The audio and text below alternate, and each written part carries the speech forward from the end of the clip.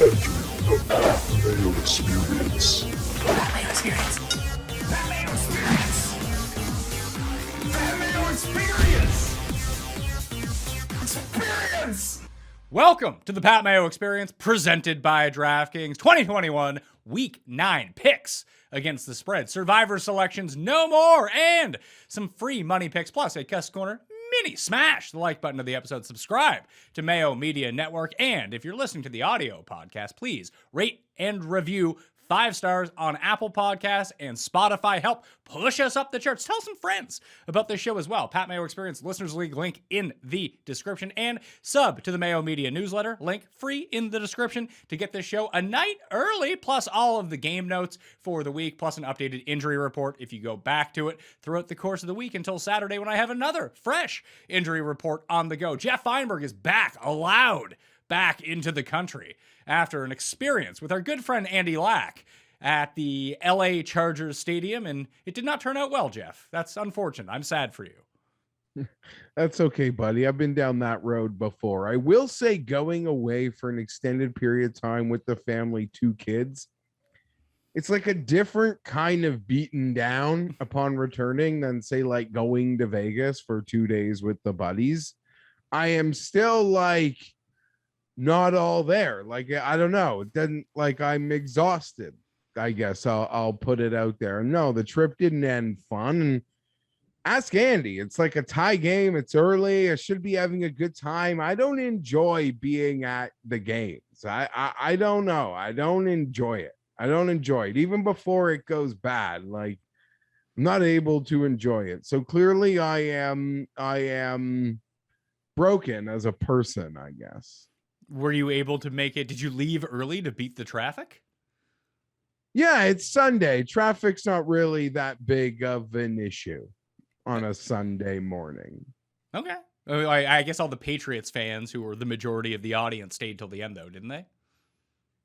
Yeah, I don't know. I mean, the game ended like late. It was a lot closer than the final score. So I don't know. People weren't really leaving until like 90 seconds left.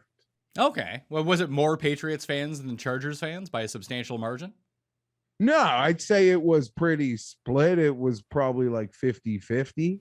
So it was like Tim's assertion that there'd be a silent count in the game. I thought it would be like 50% Patriots fans, 10% Chargers fans, and then like 40% the Rob Lowe types who just wear NFL hats because they enjoy football.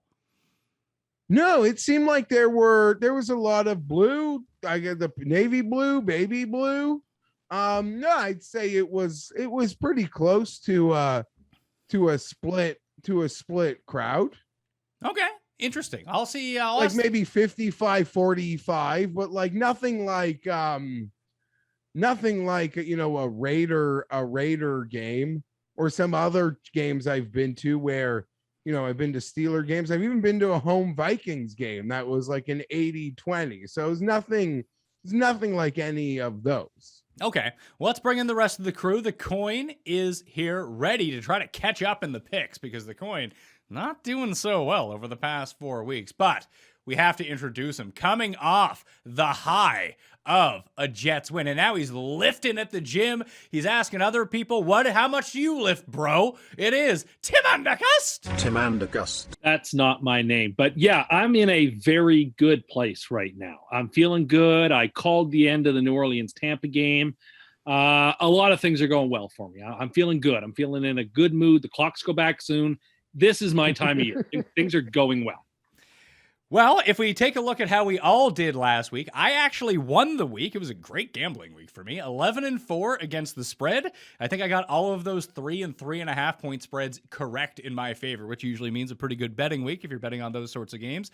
That puts me into a tie with Geoff in first place, who went 9-6 at 64-57. We've eked above 500. That is great news. Cust goes 10-5 on the week, 62-59, while the coin falls down to 6-9 on the week, 58-63. Well, in fourth place right now, all 3 of us hit our super locks. I'm now 7-1. Geoff is 5-3. Cust has rallied back to 4-4. Unfortunately, Geoff and I got bounced from Survivor. Tim's Jumbo Jets ended up knocking out the Bengals, So and the good. Chargers lost to the New England Patriots. Tim, you said that the Jets were the best 2-5 team of all time. Now, is that just based on feelings, or is that a fact? I'm just saying the Jets are the only team in the division to have beaten teams with winning records this year, which is true. And yeah, they've beaten the Titans and they beat the Bengals. Bengals were the number 1 seed in the conference when we beat them, and the Titans were pretty close to it when we beat them. And this is a pretty darn good team figuring itself out. And if you see a quarterback throw for 400 yards and they're 2-5, that shows you that things are starting to click. 2 games back of the playoffs, things are looking good now in Jets land. We may have struck lightning in the bottle here. And so there's reason to be hopeful. For as much as Geoff may feel a little upset right now, I feel like to the moon. I'm ecstatic. This is a good time of year for me. Jeff, do you think Tim is probably way more confident in like the Jets making the playoffs than I am. This was a couple weeks ago also where I think I felt the exact same way about this, even when the Chargers were 4-1 and the Jets were what they were. I think Tim was more confident the Jets would make the playoffs than I was the Chargers. So did nothing, Herbert I guess, has 400 changed yards on that last front. week? Did Herbert throw for 400 yards last week? I mean, maybe I'm mistaken. No, he certainly didn't. I, in fact, am lucky we don't have to play the Patriots twice like you did. I guess they're really a kryptonite of mine. It's pretty much like seeing one of those outdoor hockey games. If you watch a Patriots Charger game, like if you've watched one in your lifetime, you've literally watched them all. You're all lucky. Play out the exact same. CBS kept showing highlights of that playoff game from 2000. Oh my God. You're lucky. I was going to say, like, being at the game, I need the broadcast. You see so much more, but at the same time, you see so much less. And I'm like annoyed. I'm like, I really have to go back and watch this again, at least like on 3 times fast forward. But if you're telling me they just aired highlights of old playoff games, I'm not watching that broadcast again, period. You know how many times Herbert threw for 400 yards this season? Guess. The answer is fewer than 1. That's the correct answer to that question. You're being like, well, you're like, oh, well, everything you make you're not fun of. What? You're like, oh, well, you're confident my team is good and your team is 2-5. It's like, well, my quarterback just had a better day than your quarterback's had all year. And I really like your quarterback. He's a good player. That's so. But is it up? The Chargers are he's no Mike White. The Chargers are going to play the Bengals in a few weeks. And I guess, yeah, if I don't throw for 400, then that means certainly facts are facts. Yeah, I'm just saying things are looking good in Gotham right now. That's all I'm happy for you. I was Thank you. happy for you on Sunday. I picked you. If you weren't so nut low going into the game, I might have had the confidence to pick you. As I pointed out, there's something fishy going on in the AFC that has like this college basketball feeling to it, in the sense that the Chargers went to 4-1. They got like by no means a 1 seed, but for that moment in time, they were the 1 seed officially in a hypothetical playoff picture. They get bounced. The Ravens then sort of become that team. They instantly get bounced. The Bengals then get that spot. They get bounced. The Bills are really the only. Henry. The Pardon? Titans have it right now, and they've lost Derrick Henry. And now the Titans, I guess, have it, and they got a really tough draw on Sunday. So maybe, hopefully, finally, I guess the Bills will just get it and probably hold on to it. But until then, it's been this crazy, like, you get 1 seed in the AFC, you're like, you get ripped apart the very next week. I hope the Bills have it after this week, because the team that just slayed the number 1 seed gets them next week, coming off a mini buff. So I, for one, can't wait. I'm happy for you. I personal correspondence. I told you I'm happy for you. Yes, you did, and I appreciated that. You're a lot. You get a lot of shit. So taking out everyone in Eliminator, I was crazy enough to be I wasn't crazy. I'm permanently crazy. I was extra stupid last week, I guess, when it came to my Survivor, but I put my head to pillow better knowing that my other pick probably would have been the Bengals. So I'm just out. That didn't matter how it got out. We still crashed on the same Sunday. Well, I did want to kind of go back a second into. I don't like going to NFL games unless it was going to be a prime time game, Geoff. I don't think I would much rather be at home and watch 8 games at once. I just would rather do that. Yeah, and we we sort of come from places that don't have NFL football, and we've grown up with football differently. I think if we lived in a town with football, we'd sort of have maybe a communal experience in the mornings together, at the stadium. But we don't have that. I never had that. I grew up going to an occasional Bills game and a Chargers game when I'd go visit family as a kid, and I didn't dictate the schedule like I am kind of able to now. So how was it compared to Jack Murphy, though? I grew up with the stadium. Yes, like I know you said it was like an airport terminal. Well, I'll get into that.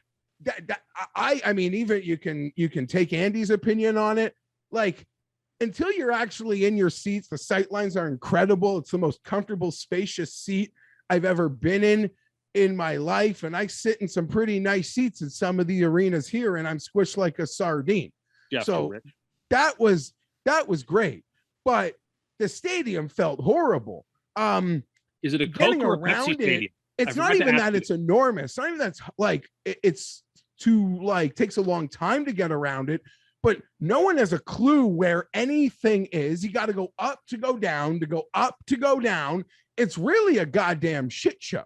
Like I honestly, I give it like a C. And it's what someone said that told me that it feels the same for the Rams games. It's a soulless building.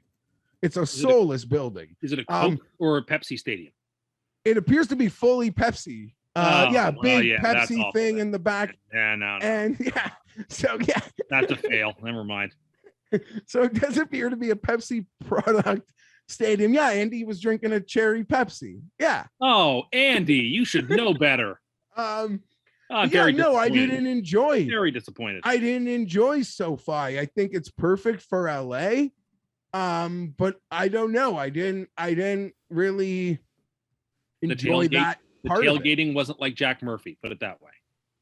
Yeah, I don't know. It's hard to find our way to that part. I mean, the Charger fan base, like that hardcore part is like small and couldn't really find it. And there's honestly like a really embarrassing story about finding the car after the game, but that's all Andy's fault. Like, I'm the visitor. He's the driver.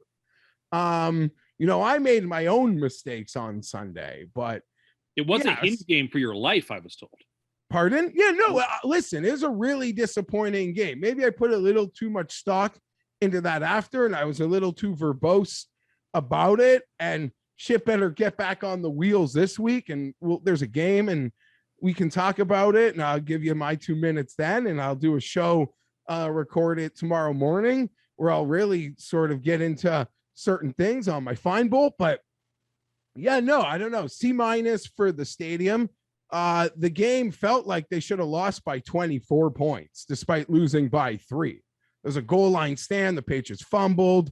There were some good field goal holds, but just a pathetic day. And things got to get fixed on the football field. But even before the game got ugly, like I don't enjoy myself at a game right now. And that's a problem, because I want to be able to like go to games and, I don't know, win, lose, like just have a good fucking time, you loser.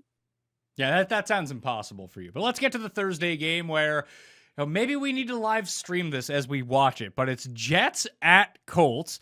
Last week, Tim, we told you all about Magic Mike and how this could be a Tom Brady situation where Zach Wilson just never comes back and you have a Super Bowl winning quarterback, and you scoffed at the mention of that. And now I receive a text message from you that says the last game that Magic Mike will be playing this season is the Pro Bowl. I stand by it. Well, they're 10.5 point dogs. They're 10.5 point dogs in Indianapolis. 46 is the over under for this game. Geoff, I'm going to make this very easy. The Colts are going to blow out the Jets. Give me the minus 10.5. Okay, I'm going to take the Colts here, but how dare you? This goes against a lot of things I believe in, and I should stick to things I believe in, like a good team like the Cowboys playing their backup quarterback. I should have just done what I always do. This is it. The Colts just played the fifth quarter versus their rival. And now they got to play on a short week. And I could tell you, according to Walter Football, teams playing on Thursday are a mind-boggling 3-24 against the spread coming off overtime coming off overtime. When does that date back to? Like ever? Well, that would include every single Thanksgiving Day game. Like we've had Thursday games since 2006 routinely. So, okay, Yeah, it seems to be a pretty long time frame for like the sample size of this, Geoff. I mean, it's a long time frame, but it just it does not seem right. Almost as like it does seem weird. But you're going to do your John Kerry impression and pick the Colts nonetheless? I guess call me I would need a lot of plastic surgery to become this current John Kerry, Tim, but yeah. And Colts got some injuries. It seems like they're getting banged up more on the defense. That was a really dispiriting performance by them on Sunday. And I guess, I don't know, Wentz made his horrible plays. Maybe they're out of the bag, but let's just see how well this Cinderella slipper fits on Mr. White. Well, the biggest thing in this game is now with some tape on Mike White, although I think you should have been able to see what was going on as I was cashing running back over tickets for the New York Jets, but they only seem to have two throws that they can make. It's dump it off to the running backs and dump it off slightly over the middle to Jamison Crowder or Elijah Moore. And at least the one part of the Colts that isn't completely banged up with Darius Leonard still healthy is they have a very fast linebacking core. And if they play their cards right, they should be able to telegraph what's going on in the Jets offense pretty quickly. And the Colts do have a very good run defense. And the Jets defense is bad. So the Colts shouldn't have too many problems moving the ball. It just seems like, oh, this opened at 14. It's down to 10.5. I think that people want to believe in Magic Mike. Are we underestimating Magic Mike here, Tim, like you did last week? Yes. You have to be. I mean, you're really going to lay 10.5 points with Carson Wentz? Yep. Have you seen Carson Wentz? I did. He's out of these two quarterbacks, which one can throw with both hands? I saw Wentz throw with both hands last week. That you make a very strong case. Now, I wrote on my notepad here in big letters, be sane. So that is the goal here for this segment, is to be sane. But like, hold on. Before you start, give me a Jets record for the season at the end of the year. I think they could win 9 games now. Oh, it was 11 earlier this week. 9-8, 10-7. Like that's, if White plays like this, there ain't nobody stopping us other than like the best teams. You don't give any credence to like the Bengals just off a huge win, completely overlooked, like just showed no respect. And like, you can't think. But it wasn't a rout. It was a game where they went up and down the field with each other. The Jets were down 31-20 in the fourth. It's not like the Bengals like didn't care, but the Bengals had the game up by 11. But White, being a magician, took the team back. They got their very first pick of the season. It's like everything worked out perfectly. He looked great. LaFleur called a good game for the first time all season. The team seemed enthused behind him. White was making 2-3 reads and then throwing the ball. Both his picks bounced off receivers' hands. I mean, they wouldn't go down as picks in a fair sense. He played great. He threw that ball at the end of the game with such touch. We got bailed out with that 15-yard penalty, but so what? Like Geoff always says, I don't apologize for my team getting breaks. Agreed. And so I'm not apologizing for us getting a break. We go into this Thursday night game. White plays great. He seems to have the confidence of the room. It's his team right now. Saleh has been asked now on 2 separate occasions whether Zach's got the job back when he's healthy, and Saleh refuses to answer the question. And the reason is, even though it is Zach's team for the future, that doesn't mean it's 2021. This could be Phillip Rivers and Drew Brees deja vu all over, and except this time, this team might actually win something before they get rid of that quarterback. I'm really looking forward to seeing if White can replicate. Was it a flash in the pan, one-time only game, or is Mike? Is he Mike Flynn or is he Cam Newton? Essentially, like Cam Newton's first ever game was amazing, and he had an MVP in his career. Went to a Super Bowl. Matt Flynn had a fantastic game and was never heard of again. And so what are we looking at here? What type of game do we have? I think more the former than the latter. That receiving core, which I have long been mocked for, but think is true. It's got a significant amount of talent, played to its potential last week, and it didn't even have Corey Davis. We get him back maybe this week. It depends. You add him to that bomb squad receiving core. They're getting the running backs moving again. White commands the respect of the defense. They can't just load the box to prevent the run. LaFleur seems to have a little bit more freedom in calling the game. Everything is very exciting. And the Colts are terrible. The Colts are cooked in their division. They've lost to the Colts now twice. They're 3.5 games back halfway through. That they know that they're basically playing out the string. The Jets are energetic. The Colts are deflated.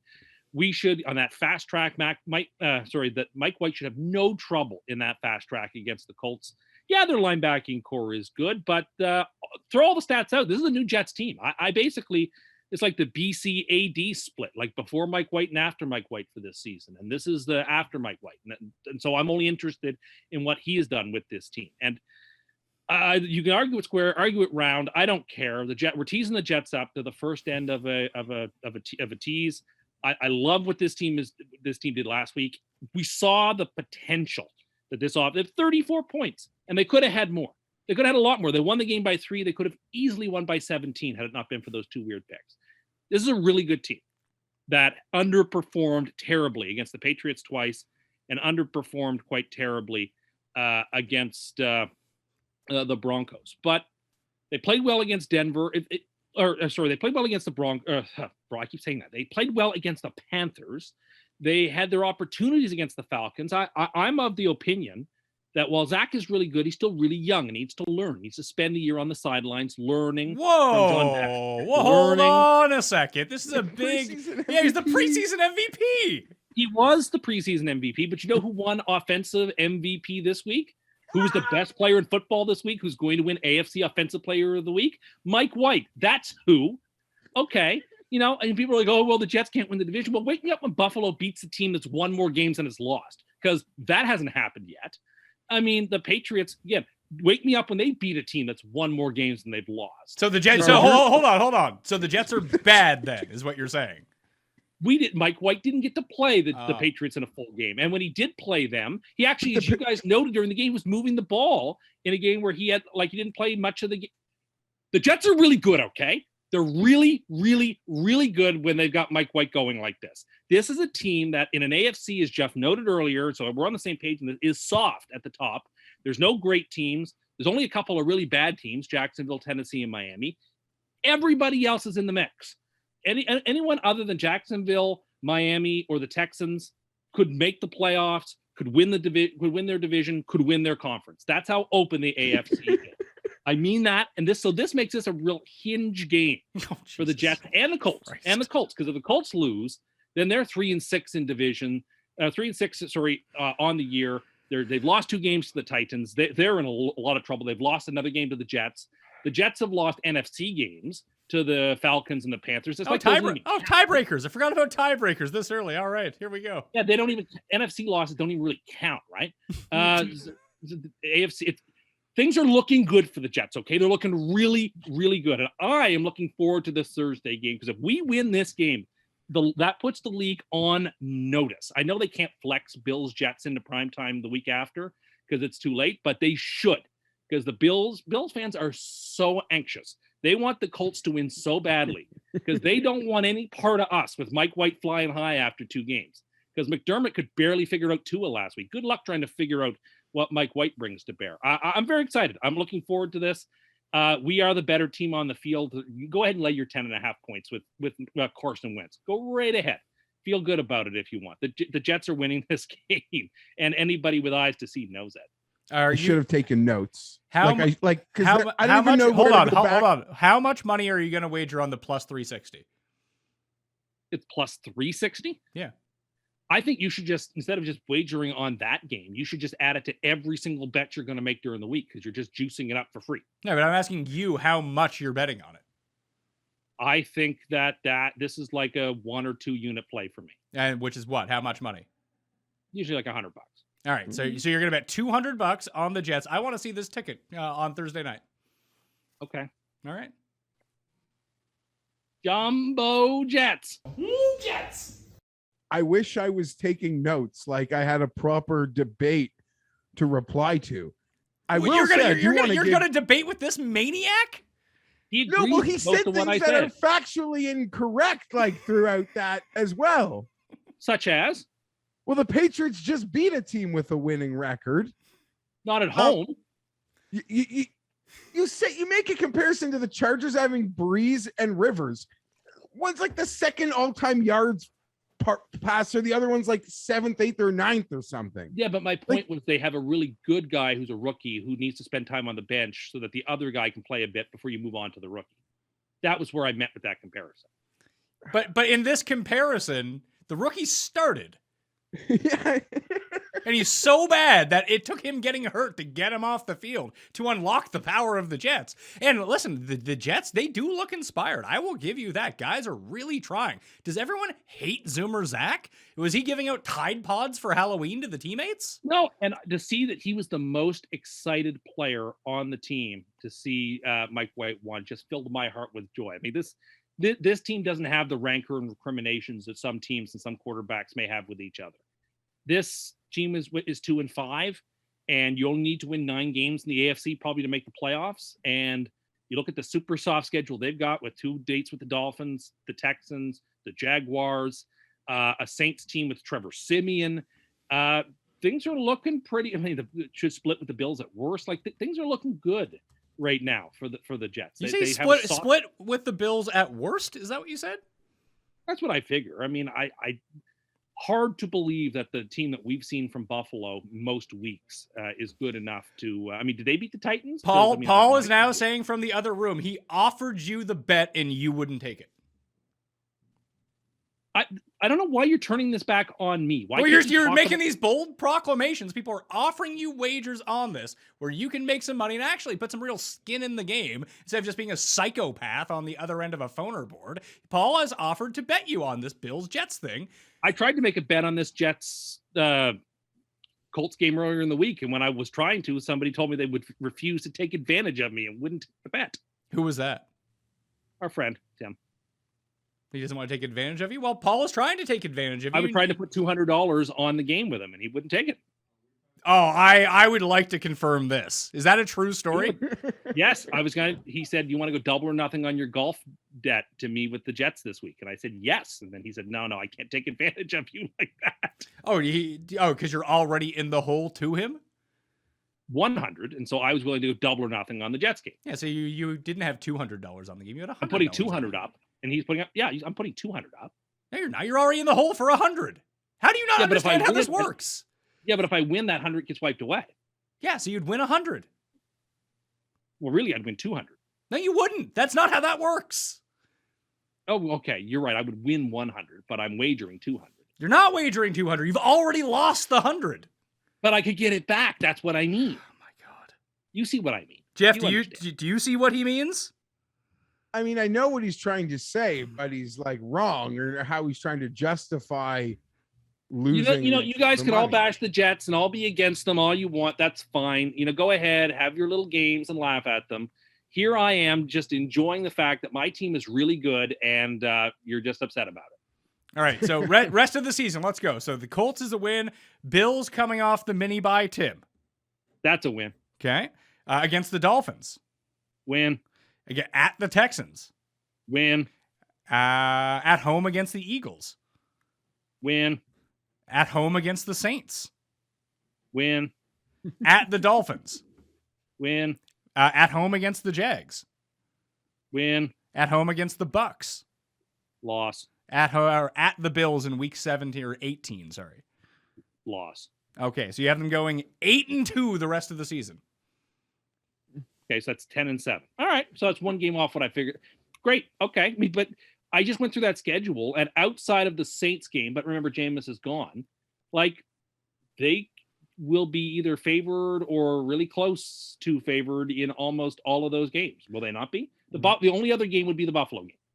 So yeah, if maybe they go 8-10, or sorry, 8-9 rather than 10-7. But other than that, they'll either be favored or close to favored in all those games. What odds will you give me that the Dolphins beat them twice? I will go double or nothing on my golf debt to you for that. But if they're not going to be favorites in those games, you said the Jets are going to be favored in both those games. What that doesn't. Yeah, sound, but you get two bites. That doesn't sound very. I get to take two underdogs for even money. That sounds fair. Well, you sound pretty confident that the Dolphins will win them both. I asked you what odds you would give me, so you're not giving me. I'll give you double or not. I'll give you double or nothing. So you're not giving me any sort of real odds, is what you're saying. I'll give you double or nothing that the Dolphins win one of those two games. No, you give me quadruple or nothing because I'm taking two underdogs. No, you only have to win once. Oh, I get to win one of the two games for double or nothing? Yeah, you just need to win one of the two games. Oh, yeah. Book that right now, yeah. Jumbo Jets. There we go. Do you want to take Paul's bet? No. Oh, you don't want to take Paul's bet now. So they're not going to be. No, because I don't want it to hinge on a week 18 where, like, if we need to win, but just too much weird stuff happens in week 18. I don't want to take a bet that involves week 18. Okay. It just seems dumb. Because it would favor the Jets in week 18 over the Bills. I get it. Paul, what about we have the wild card spot locked up, but we can't win the division, and so we're not playing anybody in week 18. Okay. What about just for the next week's Bills game? Are you going to bet Paul on that? Depending on the outcome of the Colts game. If the Jets win, yes. Okay. There we go. So the Jets have to win. Indianapolis for you and I, Geoff? Yeah, I'm going to take Indianapolis. Bad pick. Jets for the coin. And Tim Andercust. Tim also and adds... I want credit for being sane in this segment, too. Yeah, that's exactly how people are going to hear that. When they listen to it, the first thing that's going to pop in their mind is, wow, that was a very sane train of thought from Tim Andercust. Congratulations. All the credit to you, sane sir. You're also adding Jets plus 17.5 to the teaser? It is Jets plus 16.5. The 6.5 team tease. Okay, so 16.5. As note, you lost the teaser last week. 2-7 for the year, 11-91 lifetime on your free money teasers. Let's go to Sunday. Atlanta at New Orleans is the first game up. The Saints are favored by 6 at home. We don't know who's playing quarterback for the Saints. It could be Trevor Siemian. If Taysom Hill gets through concussion protocol, it will be Taysom Hill, I guess. Calvin Ridley probably not going to play in this game for the Falcons. But it's funny, Geoff, you mentioned you have certain rules that you like to follow by. I've been doing this with the Saints all year. Are the Saints favored by more than 3? Yes. Other team, Atlanta plus 6. And I bet you're probably going to get even better than plus 6, no matter who plays quarterback by the time Sunday comes along. So I am taking Atlanta in the points here. You. I'll be on the same side as this one, as you with this one here. I don't really know what to make of the Saints right now. They seem, you could make the case they're as well prepared to deal with this sort of situation at quarterback as any team in the league. You could make the case that they've been doing this for pretty much 2 years now, Pat, going back to Drew Brees' injury, but as well when Drew Brees played, I would say the perception is, you know, that Brees was probably much better than he actually was last year, when in fact that team, the surrounding pieces of that team, were already sort of doing what they're currently doing, which is in many ways lifting up that quarterback position. Big win off a Tampa team that they really do have some great success with. But I'm going to take the Falcons. Ugly loss to Carolina, but I'll take the Falcons to cover this one. Tim? I absolutely adore Atlanta here. This fits into one of my rules, which one of the listeners verified for us, which is my whole road dome theory, right? Falcons are a road team that play in domes. This isn't a dome. I'm not laying 6 points to Trevor Siemian. I don't care. That's craziness. The Falcons are feast or famine every week. You never know what to expect from them. But I don't need them to win. I just need them to not lose by a touchdown. Well, I think they're not going to lose by a touchdown in this game. Yeah, give me the Falcons. They are also going up to 12 points, too, on the teaser. I feel good about the Falcons this week. Oh, I feel less good about the Falcons now, but I can't change my pick. It's already in the coin. Is siding with the Saints -6 at home here. Denver at Dallas. Dallas is a 9.5 point favorite in this match. 49.5 is the over-under. I'm guessing Dak is going to play. Dallas is still undefeated against the spread, Tim. Yeah, I mean, I don't know what to say. I mean, Dallas is not just a good team in a bad division. They seem to be just a very good team. I think they cover, and we talk about the Broncos being gatekeepers, or at least you have, and this is a gatekeeper game, and Denver should have no trouble getting over that gate. As long as it's under 10, I will lay the 9.5 with the Cowboys. I think that's the way to go here. The Broncos continue to be they're the least impressive 4-4 team in football. I have thought for the last 2 days, almost nonstop, how much I wish we could have played that game with Mike White against the Broncos, and how different that game would have been. Like that could be the great what if game of the season for me, because the Broncos are not a very good football team. The Atlanta game I sort of write off because it was in London, it's weird stuff, whatever. But that Broncos game, with the way Mike White's been playing, you put him in under center, we probably win that game. So you think they would have had a better result than 26-0? Yes, I do. Okay. I think we probably would have won that game, but it is what it is. Like, there's nothing you could do about it. Like, the past is unchangeable. But Denver is unimpressive, and Dallas, despite being very poorly coached, is playing fantastic football. And so we take the Cowboys here.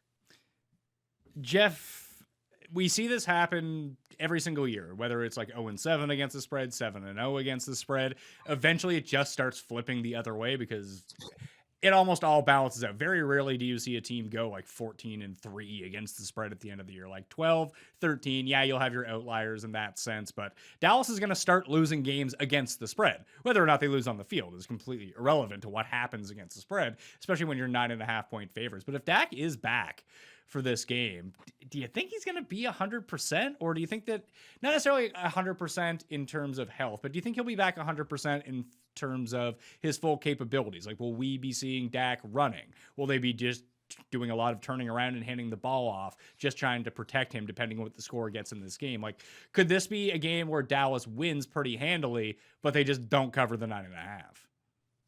I'm expecting Dallas to cover. I'm sure down the line, I'm sure pretty soon they'll break that cover streak. I'm actually not expecting it to happen this week. Denver hitting on my super lock last week, but this is just as bad of a matchup for the Broncos with the state of their defense, with the injuries on their defense, forgetting the Von Miller thing anyway. They don't have linebackers. They can't do anything right now. Dak can just work the middle with those tight ends and then start hitting his receivers.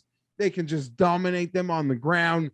This is as bad of a matchup for the Broncos at this present moment as you could probably give them in the entire league. Clearly, if Dak Prescott plays, give me the Cowboys. I'm going to lay the double digits. Yeah, I'm actually going to take Denver here. I think that it's going to be one of those scenarios where this game is just weirdly close. Like, even last week, Denver should have blown the gates off of Washington. Watching the game, you're sitting there, it's like, oh yeah, Denver's, no, now Denver doesn't have the ball anymore. What's going on?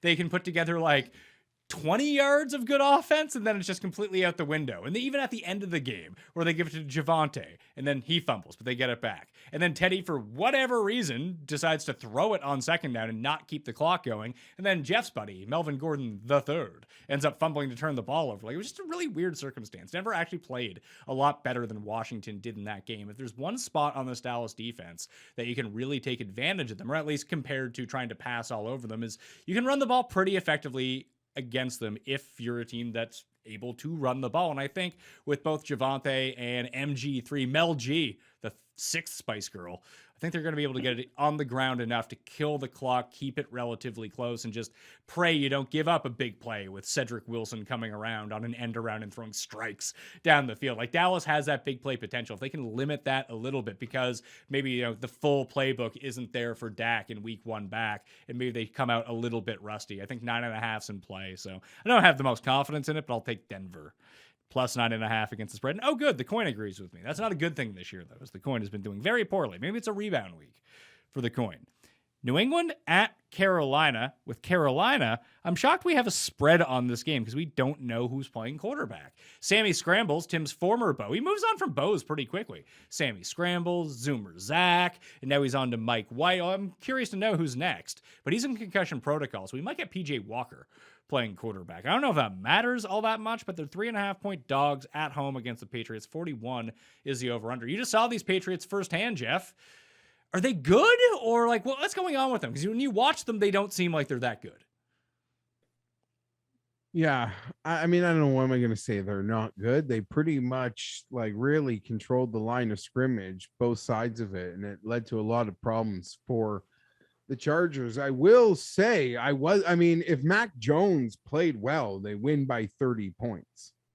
For like all the raving about his accuracy, I thought he missed a lot of open targets that really would have blown that game earlier, and instead of it being this 3 points or less game for most of it. I'm gonna take, I don't know, I guess I'll take the Patriots to keep it rolling here. I really do like the Panthers, but with the uncertainty at quarterback for the week, I would take Bill Belichick, I guess, versus either of these quarterbacks.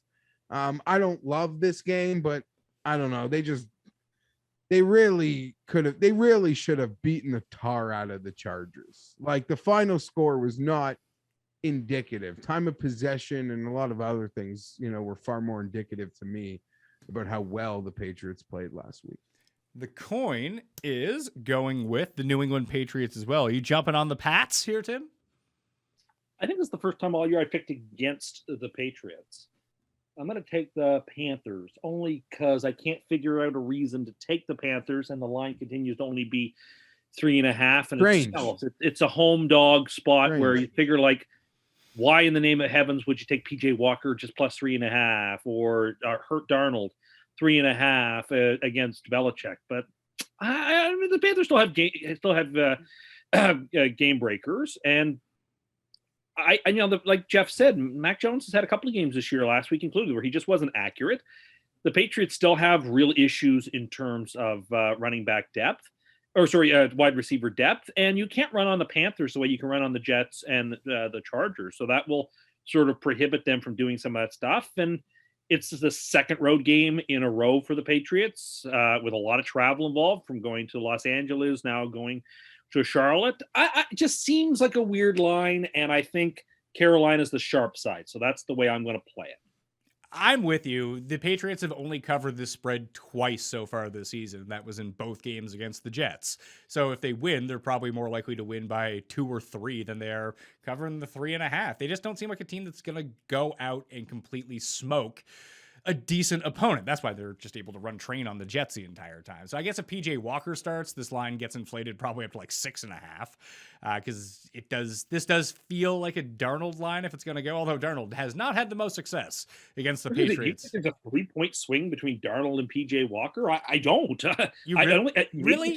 You don't think that there would be a 3-point swing between Darnold and PJ Walker? No, I actually don't. What can you tell me about PJ Walker? Pardon me? What can you tell me about PJ Walker? What can I tell you about PJ Walker? Not a heck of a lot, to be perfectly honest with you. Now, what do you think, Geoff? Like, if PJ Walker starts this game, what do you think that the spread gets up to? I will say, I mean, it does feel like everyone will be betting the Patriots here. If it's PJ Walker, I don't know, probably just add a couple points, but I'm not that. Yeah, I could make the case that this line could already have influence that they think it's PJ Walker. Yeah, I feel the same way, and it's a Super Bowl rematch too. Wouldn't the Panthers like to get some revenge? Yes, yeah, all of those Panthers who were still so crushed about losing to the Patriots in the 2004 Super Bowl, something like that. Yes. Interesting stuff. Good insight on this show from you. No, I feel about Super Bowl rematches. I don't, because that sounds absolutely ludicrous, but okay. I love them. Minnesota at Baltimore. Baltimore's favored by 6 at home, coming off the bye week. It looks like everyone's getting healthy. The Vikings are in a spot now. 50 is the over-under in this game. That it could not have been a win served up on a bigger platter for the Vikings last week, and they just could not take advantage of one of the better teams in the league without their starting quarterback. Apparently Cooper Rush, not bad, but the Vikings just played like absolute garbage. I don't know what to make of the Ravens coming off the bye. Do they look like the team that they have been most of the year, or the team that got waxed by the Bengals going into the bye week? I mean, Tim, you're the Ravens whisperer this year. Where are you going? This is a pure play against the Vikings. I mean, their season's over now. You don't lose a game like that with the schedule they've got upcoming. and do anything. Like, they all know with what's coming that they're done. Like, that's the old line from the Hemingway book, Death in the Afternoon. The bull was already dead. He just didn't know it yet. Except this Viking team sort of knows it has to know it's dead. Zimmer's gone at the end of the year. Like this, we've hit November now, and there are certain teams who know that their fate is sealed, and Minnesota has to be one of them. And like, yeah, the Ravens had a bad game, but against the Bengals, a team that knows them, a team that plays them twice a year, it's a divisional game, and the Bengals are a really good football team, so that can happen. The Ravens still have some impressive wins. They have a lot of talent. And the game's in Baltimore. Yeah, I just think the Ravens have to cover this number, and we're going to tease the Ravens down to a pick. I think that's the way to play this game. I hate to say it. I'm going to take the Vikings. I don't think they're going to win, so I kind of feel really silly doing that, because even though I hate these 5.5s or the numbers that flirt with it, this game will end with a field goal, like at the buzzer in the fourth quarter, inside the 2-minute drill, to give the win to either of these teams. It's going to be a really weird game. I agree with a lot of Tim's sentiment on the Vikings, but I just feel like at home they'll play this one close. They're not home. Sorry, they'll play this one close. They'll do some of those very recent Atlanta Falcons type end of game just screwery. This can be a close game. At the buzzer, Justin Tucker for the win, but I'm going to take Minnesota plus 5.5. Feels gross though. Feels dirty doing it. Oh, they'd be +6. Oh, I hate Minnesota. They ruined an account. This book, they're so lucky. They leave up this horrible line way after the fact, and I get stupid and I got. Oh my God. +3. Embarrassing, man. They gave you a dark helmet. They gave you a fooled you and then took all your money. That's not good. Yeah, they did. And then after, honestly, between that Charger game and that Sunday night, like, oh, in that gross hellscape of a city, just fucking happy to be home. I like Los Angeles. I'm not gonna lie. Yeah, Tinseltown is supposed to be very nice. I mean, you know that from your as a Hard Rock, Tim. Yeah, just happy. Tim, how much time have you ever spent in LA? Like 45 minutes, as I went from one terminal at LAX to another terminal at LAX on a bus. Okay, so you have the experience to know whether it's a nice city or a bad city.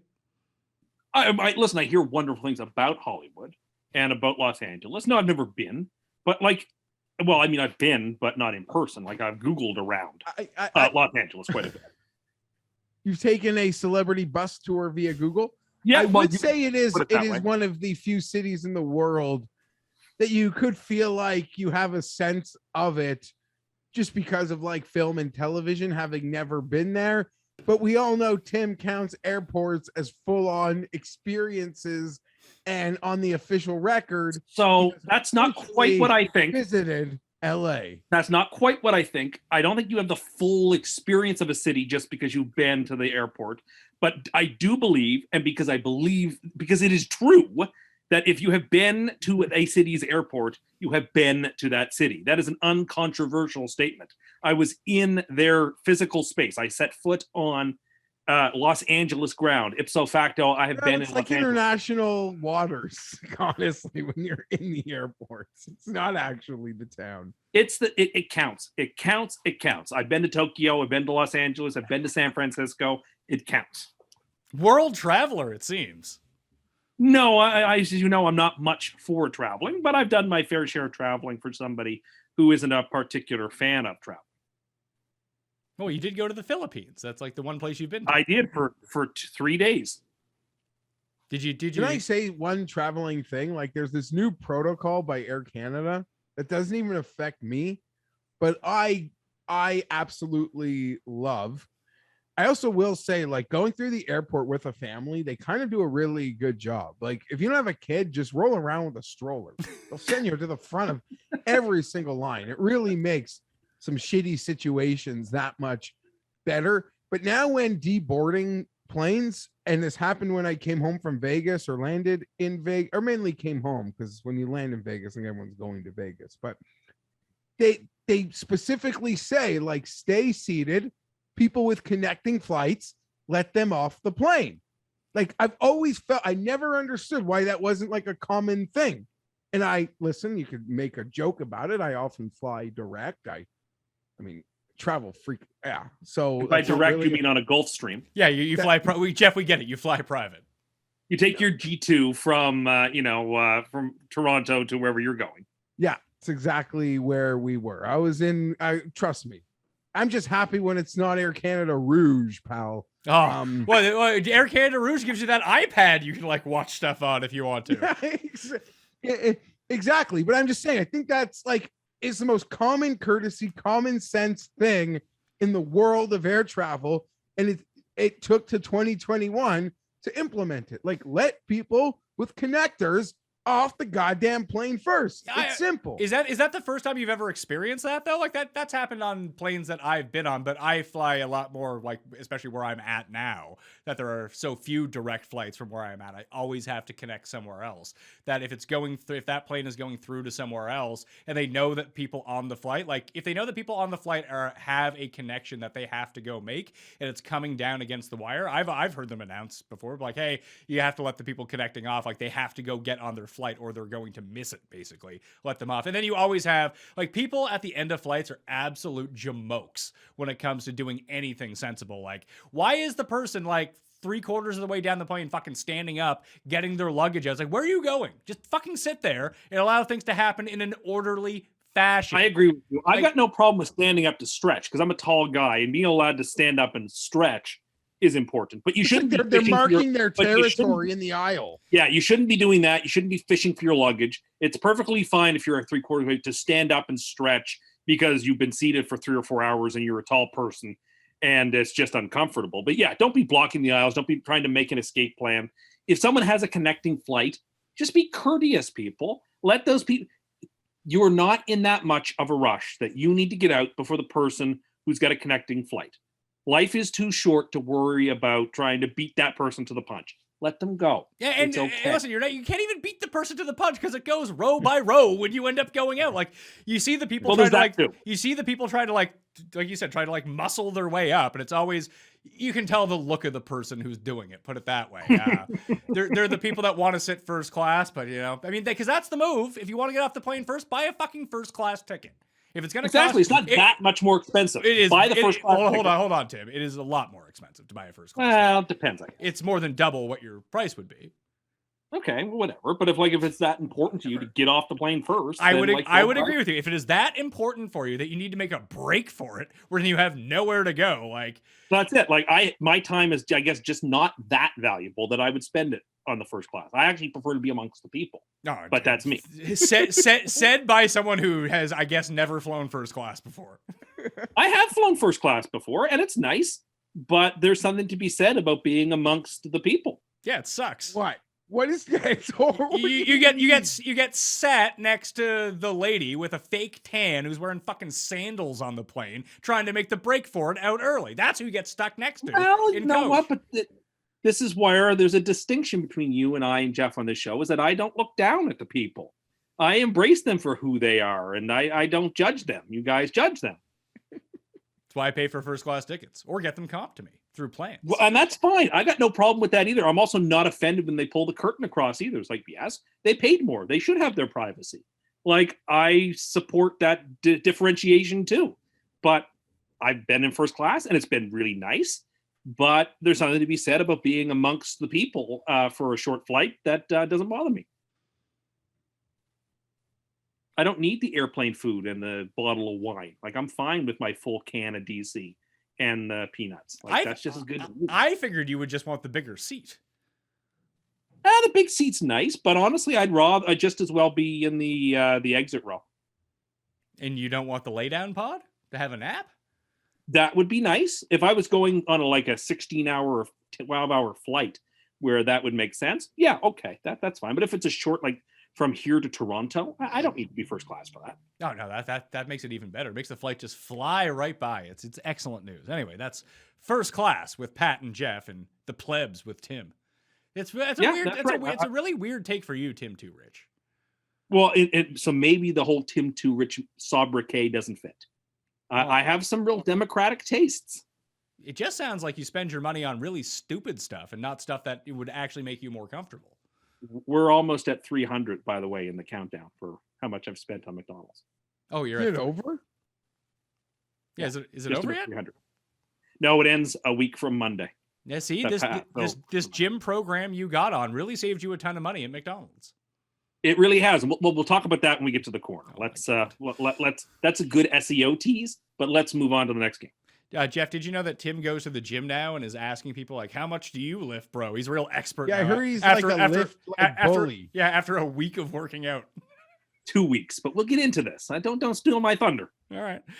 Oh god, this is a sad game. Cleveland at Cincinnati. The Bengals are favored by 3 at home. 47 is the over/under. Baker's hurt, and Baker doesn't look good. I'll take the Bengals -3 coming off a loss. That it's in short list for super locks for me here. Conklin's out like 4 to 6 weeks too, and their offensive line looks significantly worse in Cleveland when he is not playing. Anyway. I'll go. I like the Bengals here as well. The Browns do not look good. They look hurt. But I feel contractually obligated to mention this is, of course, the greatest fantasy team game of all time, 48 Bengals Browns. So maybe we'll get a game like that again. Yeah, but Derek Anderson's not playing quarterback. Was it Derek Anderson or Kelly Holcomb? I feel like we talk about this every year. Yeah, maybe it was Kelly Holcomb. Maybe you're right. I'm gonna look it up. I think it was Kelly Holcomb. Threw for 5 touchdowns. Carson Palmer threw for 4 touchdowns and 3 picks. I think TJ Hushmanzada had 2 touchdowns in that game, maybe 3. Receiving, TJ Hushmanzada. Yes, he only went 2 for 4 catches and for 2 touchdowns. Yes, you're right. He went crazy. Rudy Johnson had a fantastically huge game. Let's see here in terms of the Browns. Was it Joe Juravicious? Antonio Bryant had 2 touchdowns that day. Joe Jervit and Steve Hayden had 3 touchdowns that day. What year was the that? greatest fantasy game of all time? There was another one. It may have been that year because I think that was the Browns shootout year. And Jeff, maybe you'll remember this. It was a Chargers game. I don't remember who the Chargers played, but I feel like the final score was like 54-51 or something just completely insane. It was a lot like that Saints-Giants game from a few years ago too, where I think there was like 94 total points in it. But it was from that era. It was a Chargers game from that era because Tomlinson played in the game. Anyway, who are you taking here, Jeff? So I'm just going to go macro here for a moment and say I do believe now that we're past the trade deadline and sort of all of the rumblings of Watson and what have you are put behind us. I do believe it's already a big story, but I believe the biggest story sort of in trying to figure out like long-term football things now for the rest of the season is going to be Baker Mayfield. It is hyper rare for a quarterback to be drafted where Baker was drafted and to not have the option or the contract extension already worked out after year 3. I want to say in the last 15 years, the only quarterback to sign that extension with the team that drafted him, but didn't have it done by this time frame that Baker is in was Andrew Luck. And he was such a super phenom that was probably more of like a negotiating tactic by one of those camps involved.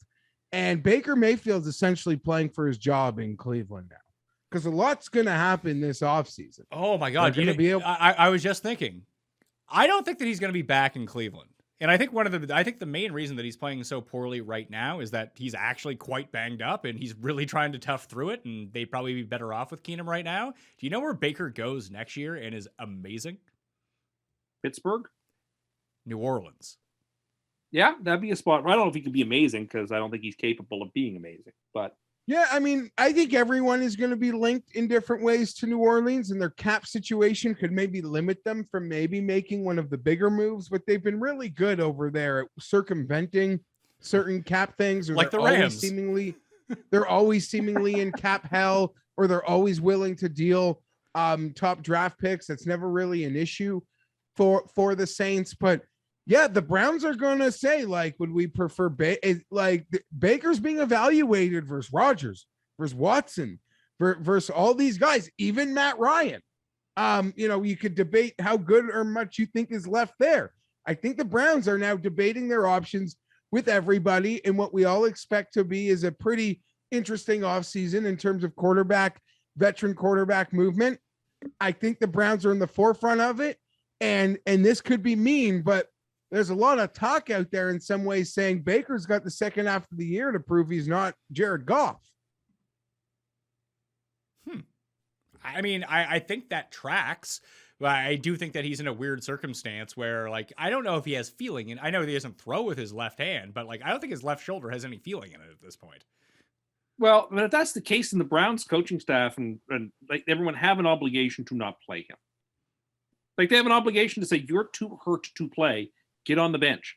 Like this team could make the playoffs still. Clearly, this team could do something. If they think Baker is the better QB, let him have a month off and let Keenum have the reins until he's healthy again. I think it's classic Cleveland Browns malpractice to let him take snaps if he's this hurt. This is going to be a 4-quarter football game down to the very, very, very end. I don't like doing it. I'm not betting it for real, but I'll take the points here with the Browns. I think there's a 3-point game either way. So I got outs inside the number, push the number, win outright. No, that's how I don't think this game's going to be close, Geoff. I think you're on the wrong side, bud. Yeah, I don't love it enough. It's not going to cost me anything to be wrong on this one. The Browns defense is still rated as third best in football right now. So I can see this game playing to the under. The over-under is 47. I think that's the bet in this game, under 47. Especially, you would think so. But the Bengals can score in bunches. That's sure, the thing. But I mean, they can score in bunches, but they're playing a pretty good defense this time around. Like, what was the score of their Pittsburgh game? I feel like that was a lower 24-10. Yeah, 24-10. Oh. Yeah, no, the Bengals against the Steelers. So 24 against the Steelers. I mean, that's the best defense that they've played this year. I guess they played the Vikings in week 1 before the Vikings were the Vikings. Like, the Ravens defense isn't good. The Jets defense isn't good. The Lions defense isn't good. The Packers defense is pretty blah. I could just see this going, especially because it's going to be cold, I would assume, in Cincinnati. I mean, it's cold kind of everywhere and sort of... how north is Cincinnati? Like, do they consider that the north or the south? Because isn't it like on the border of like Kentucky? Midwest, yeah. Is it really Midwest? But how is it in the Midwest when it's in the eastern part of the United States? Like, is Cleveland in the Midwest? Yes. Ohio is I could drive there in 4 hours. That's the Midwest? Yes. So is Michigan. So is Ohio. How is that? No, Michigan's not the Midwest. Isn't like Wyoming the Midwest? No, that's those. No, the Midwest to me is like Chicago. Those are the prairies and the plains. Chicago is the Midwest. Milwaukee is the Midwest. Indiana is the Midwest. Am I wrong? No, those are all Midwestern spots. Absolutely. But like Cleveland is like not that far from them, man. And neither is Cincinnati. I just don't get how something geographically in the eastern part of a place can be considered. Are they just comparing it to New York? Like it's Midwest compared to New York? Well, but look, like Cincinnati is further west than Detroit. Is like not that far at all from Indianapolis. But isn't like St. Louis the Midwest? St. Louis is St. Louis would be like the end of as far west as you could go and still be in the Midwest. Cincinnati is in the far west of Ohio. So Cincinnati's as far east as you could be. No, I would say it's like the opposite of St. Louis. Then. I would say Detroit and Cleveland. Detroit's not in the Midwest. I would say that Michigan is a Midwestern state. No, come on. Well, I mean, if you consider Detroit to be in the Midwest, is Windsor in the Midwest? Does that make Toronto a western city in Canada? Because they're fucking 3 hours from each other driving. Although the Maple Leafs played in the Western Division for forever, but no, I wouldn't say. So how does that track? Because there aren't nearly as many massive cities to the east of Toronto the way there is to the east of Detroit or even Pittsburgh. What does that have to do with this? Is Nashville in the Midwest? No, it's in the South. I guess, because Vanderbilt's in the SEC. So, yeah, you're right. Yeah. I think I think as Tim just pointed out, you can't just use arbitrary division names in order. So I'll use hockey. He's talking about old. But isn't Ohio State eventually going to join the SEC at some point, or someone from like the Big Ten? Here's what our experts Wikipedia say. When you look up Midwestern United States, it includes all Ohio and Michigan. It goes as far west as the Dakotas and Nebraska and Kansas, and as far east as Ohio. I went to the University of London, Ontario in the Midwest, is what you're No, telling me. because that's a different country. So no. I know, but still. If And they what's get the stone's throw And what's from the name of Detroit. and what's the name of the university in London? Western. I rest my case. Yes, Western Ontario. But anyway, I'm just telling. According to Wikipedia, there's a eastern northwest and a western north central or whatever, and Ohio, Wisconsin, Illinois, Indiana, Ohio are on the eastern side of it, and they count. That's what it says. I mean, look, it's all arbitrary. These are all arbitrary distinctions that don't mean anything, but there you have it. Just I mean, I guess, like, geographically, Detroit's it makes absolutely no sense. Like none Well, but whatsoever. It's west of Pennsylvania and New York State. So those are the only places in America that matter until you get to California? No, but they're the Northeast and the Atlantic seaboard. Like those are the cities that matter for the East and Atlantic seaboard. So you're moving west to that. Those are so anything Yes. west of New York is in the west of the United States, is what you're saying? I'm not saying it. I'm saying that the way that the geography is considered, that Ohio is a Midwestern state. Yes. That seems absolutely, that- considering you could fly to the Atlantic Ocean in probably an hour tops, and it would take you 3.5, 4 hours to fly to the Pacific Ocean from Ohio. Seems kind of crazy. Okay. Well, take it up with those people who make those distinctions. Don't take it up with me. I'm just repeating what I see. Anyway, I'm taking Cincinnati, and I like the under in this game. Buffalo and Am I Jackson. alone on the Browns? No, the coin took the Browns with you. Buffalo and Jacksonville. The Bills got me Tua helped me out with a nice greasy cover with the Bills as my super lock last week. But he actually played pretty well in that game until then, which was really strange. Jacksonville is a 14-point dog at home. 49 is the over-under. I mean, I'm just going to take the Bills again. The Bills keep covering these giant spreads. I'm going to keep taking them in these giant spreads until they at least don't cover one of them. They are what the Ravens used to do to bad teams like 2 years ago. They just absolutely steamroll the lowest of the low teams, and we'll see how they do in some of these coin flip games. But give me the Bills minus 14 on the road, Geoff. If this game was like 2 weeks later, that stadium would be 88% Buffalo. But just because it's in early November, it'll probably be like 55%. You kind of took it. They are just annihilating these bad teams. Even in a game they have no business covering that's close the entire way, 90% of it, in the end, they'll just like throat stomp you. Am I worried with a number this big that Trevor can backdoor me, and how many, points they have to be up for me to avoid that situation is annoying to think about, but give me the Bills. I'll lay these touchdowns. Yeah, I mean, Trevi better start figuring out how to backdoor someone, because he might not be getting his second contract either. Might need some cash in a few years, and that's going to be the route he has to take. Tim, you might have been right about Trevi. Not looking so hot. Nope, he's not. And look, it's still early to take a victory lap, but he certainly isn't the transformative John Elway quarterback that I was promised by all the experts in the NFL. The only reason to take the Jags here is if you think this is sort of a look-ahead game for the Bills for the Jets next week, but I don't think that's the case. I'm going to take the Bills here, Like, without much confidence. I was gonna say, it feels like the Bills couldn't have played worse last week, and they still covered the 14 points. Yeah, but I feel like Jacksonville couldn't play worse than they did last week against Seattle and Geno Smith. Yeah, they nevertheless, played a much inferior team and still got absolutely trained. I can't back Jacksonville right now. I just can't. Where's the game next week? The next week, I believe it's at Orchard Park, but I will look it up. Oh, How many points are you expecting the Bills to be favored by? Well, I suppose it depends how they do this week, eh?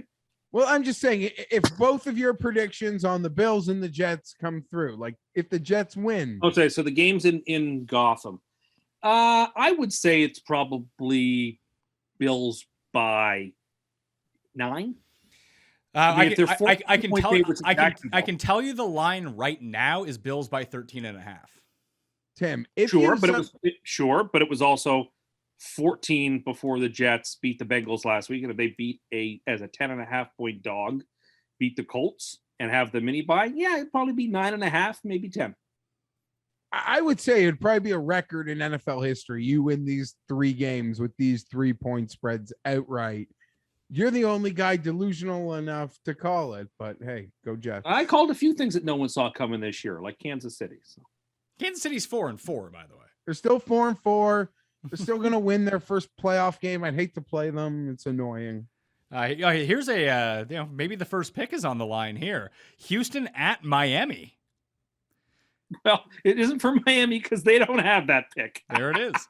Miami's favored by 6.5 in this game. 46.5 is the over/under.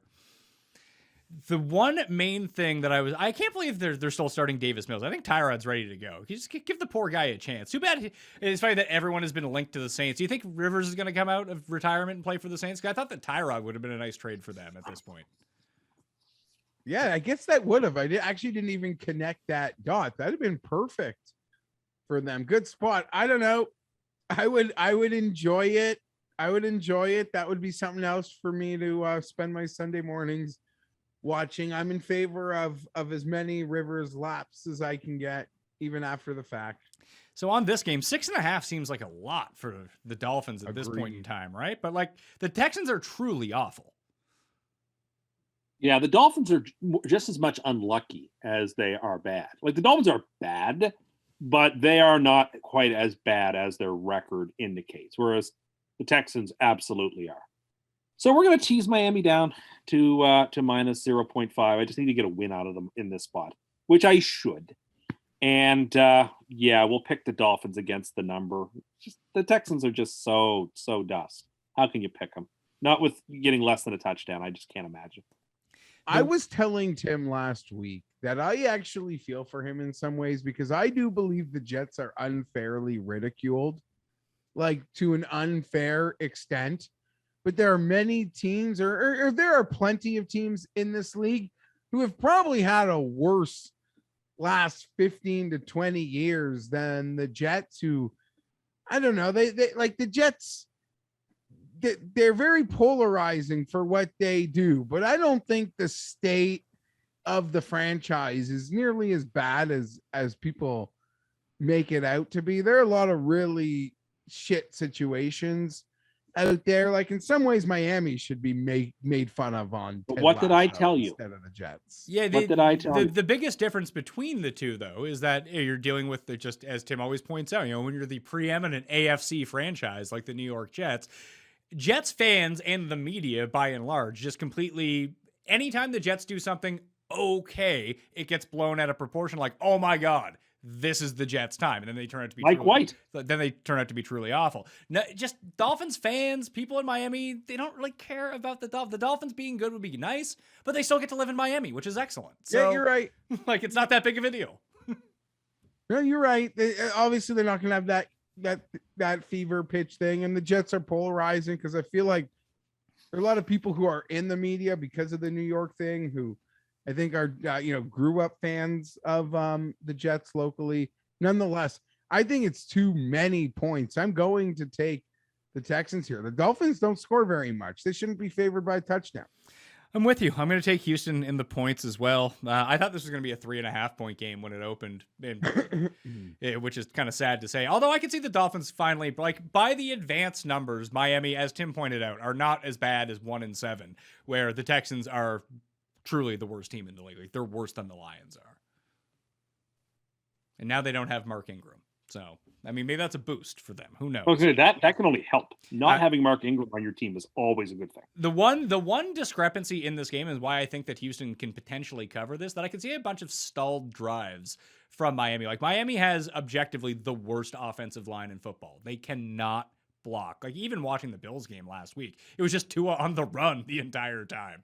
Like, even when you were mocking him for one of his throws, then you watch the replay and you're like, oh, okay. Like, he took 2 steps and Ed Oliver was all over him. There was nothing he could really do. Is that the Texans pass rush, especially the past few weeks, hasn't been all that bad. Like, even if you're playing DraftKings this week, I know you kind of have to plug your nose, but like the Texans D could come up. Like, until they get some protection on this line, it's going to be hard for them to score too many points. So I'll take the 6.5 with Houston. Vegas traveling west for the New York Giants. The story broke this afternoon, Tim, that Henry Ruggs was involved in a car accident where he was suspected of driving under the influence, and that was not, there was no breathalyzer report or anything like that, and he killed someone in the crash. He was the driver of the car. The Raiders have come out and said that they're waiting for more information to be released on this before making any sort of judgment. That's a pretty dark cloud over this team, regardless of how it comes out, especially for this week, a team that's had to they had to overcome their head coaching situation. This is a completely different type of thing now. And I don't think that Ruggs is going to play this week, but they're traveling to the East Coast for an early game, but they're 3-point favorites against the Giants. I actually loved the Raiders in this game, and I don't want this to kind of talk me out of it because it's a weird situation, but I'm going to take the Raiders -3 on the road. The Raiders have surprisingly one of the better defenses in football. They have the best pass rush in football, and the Giants have one of the worst offensive lines and one of the quarterbacks who, when you pressure him, does crazy things. So I think Vegas wins the game. I don't think it's a blowout by any means, but I think it's a really nice spot for them in this situation. So I'll take Vegas -3 at the Giants. How about you? I feel exactly the same way you do about this game before we got that news, and now I'm a little bit less anxious to take the Raiders, but I still will. And I mean, the Giants kept the Chiefs to 3 points last night, but the Chiefs kept turning the ball over or trying to turn the ball over all the time. So it's hard to get a good gauge in that. I mean, the Giants have played a couple of other good games this season, going into New Orleans and winning, like almost winning on that Thursday night against Washington. Like the Giants, I think the Giants are the team I like watching play football least. They're the team I'm least interested in watching right now. Just there's nothing about them that I find exciting. And I kind of do like to watch the Raiders. I will take the Raiders, but I don't love it anymore. Let's see. They covered at Washington. They covered at the Saints. They covered at the Chiefs. I don't think they've covered a home game yet this season. They got beat by the Rams. They did not cover against the Rams at home. They didn't cover against the Falcons at home. They didn't cover against the Broncos at home. They didn't cover. Actually, they covered against the They killed the Panthers at home. That was their one home cover this season. I just like the Raiders here. I think the Raiders are significantly better. Giants a tough team, I guess, in some ways to gauge because they've been playing some really competitive games and have looked pretty good the last couple weeks. This Joe Judge thing is a total embarrassment. His comment about the timeouts, like what a goddamn clown show. Like if it was an issue for one game, if it was an issue in week 1, you say that better end now. Or like week 2 tops. To literally be publicly complaining about something that's apparently in your mind been happening for 8 weeks that you think is out of your team's control is insane. And it's clearly not true. Everyone just saw the Giants look really good and play ultra competitive against a team that I still think, football fan, still holds in the highest esteem for the most part. The Raiders, though, man, I hope I'm wrong. I hope the Giants win this game. And I don't know how to reverse curse, but I'm going to pick the Raiders. They've been through a lot of shit this year. And this is just as dispiriting as anything, probably maybe more dispiriting to the locker room in some ways than the coach. If a friend of theirs is facing some pretty serious, like, long-term ramifications in a tiny little room potentially. And that being said, they were galvanized by the earlier crap, and I think in some ways not being in town is going to be helpful for this one. I'm going to pick the Raiders, and I'm going to say this, and I can't believe I'm saying it. That you're picking the Raiders? Like a month ago, I made fun of the fact that can we just end this Derek Carr for MVP bullshit? Like, can we just end it? Like, I don't know what content clicks or mainstream shows need to have these debates, but they need to have them, and this debate is laughable. But as we've sort of pointed out over the years when discussing these awards and debating these awards, there's a lot of context that goes into them and the vote. And if they can maintain this play, he can maintain his play, and they can continue to win games despite the coach situation that happened and that turmoil. and now this, like that narrative that leads to getting votes is going to pick up steam. And it's weird that like disgusting off-field incidents can do that, but that's how I think this has a potential way of playing out. And I hope I'm dead wrong, because the Chargers are in a goddamn battle in a wide open division for, I guess, 4 teams when you look at the standings. Said a lot of words. I'm gonna pick the Raiders. Okay, so Raiders for the 3 of us. The coin is taking the Giants. Brings us to the midway point of the show, which means it is time for a Cust Corner mini. Cust Corner, it's Cust Corner. Cust Corner, it's Cust Corner. He's got the hottest takes with the highest stakes. He should be president of the United States, but it's Cust Corner, it's Cust Corner. Cust Corner. So, like I sort of teased earlier in the episode, I have now committed myself to the life of lifting. And it's something that I've been practicing both with people helping me and on my own. And the last week or so, I've been doing it on my own, working out different muscles and different groups. And I've had a particular like for the bench press. But when I'm on my own, I don't feel comfortable putting on a bunch of plates on the bench press, because I don't want to ask for a spotter quite yet. And so I want to do it without spotter. So I haven't been putting any plates on the bar. The bar's heavy on its own. It's 45 pounds. And so I've been bench pressing several sets from different positions, inclined, seated, whatever, the 45-pound bar. And it's now to the point where I feel like my motor paths are working very well. And I just feel better already. I feel better from lifting. I really strongly recommend it. That's it. I mean, yes, we're exercising will make you feel better. I don't want to discourage you from this. I really want to lay into you about like 3 or 4 things you said, but I do not want to discourage you from going to the gym. So I agree with you. I'm proud of you. I'm glad you're getting stronger. Thank you. Now, lay into me. No, I'm not going to do that. Please do. Lay into me. I have a very specific rule that I go by, that I never make fun of anyone at the gym, ever. Because I think that people going to the gym is step 1 of getting to the place that you need to be at. And especially in terms of physical health. So whether you're advanced, whether you're a beginner, no one should shame anyone at the gym, because people are there for all of the same goal, to be healthier. So I think that's not something that I want to do. Okay. Well, I appreciate that. Well, okay, here's what, Geoff, let me ask you this. You know, Tim was calling out people, our friends, about how much that they lift and like how much they can bench press. Yeah, I heard he's bullying people about what they're lifting right now, which is a pretty interesting pivot for Tim. I'm not bullying them how much they lift. I'm just asking them whether they even lift. Like I asked somebody the other day, do you even lift, bro? And the answer was no, but then it came out he could lift like 5 times what you can lift. Well, I don't know about 5 times. I can do 90. I can do 90, but I need to have a spotter because I don't want it to crush me if I'm only just doing a couple of sets. You can't put the plates on the bar. No. So that was misconstrued. I absolutely that is exactly what you said. What I was trying to say was I don't feel comfortable putting the plates on the bar and lifting on my own because I want to have a spotter. Of course, I can put the plates on the bar and clamp them.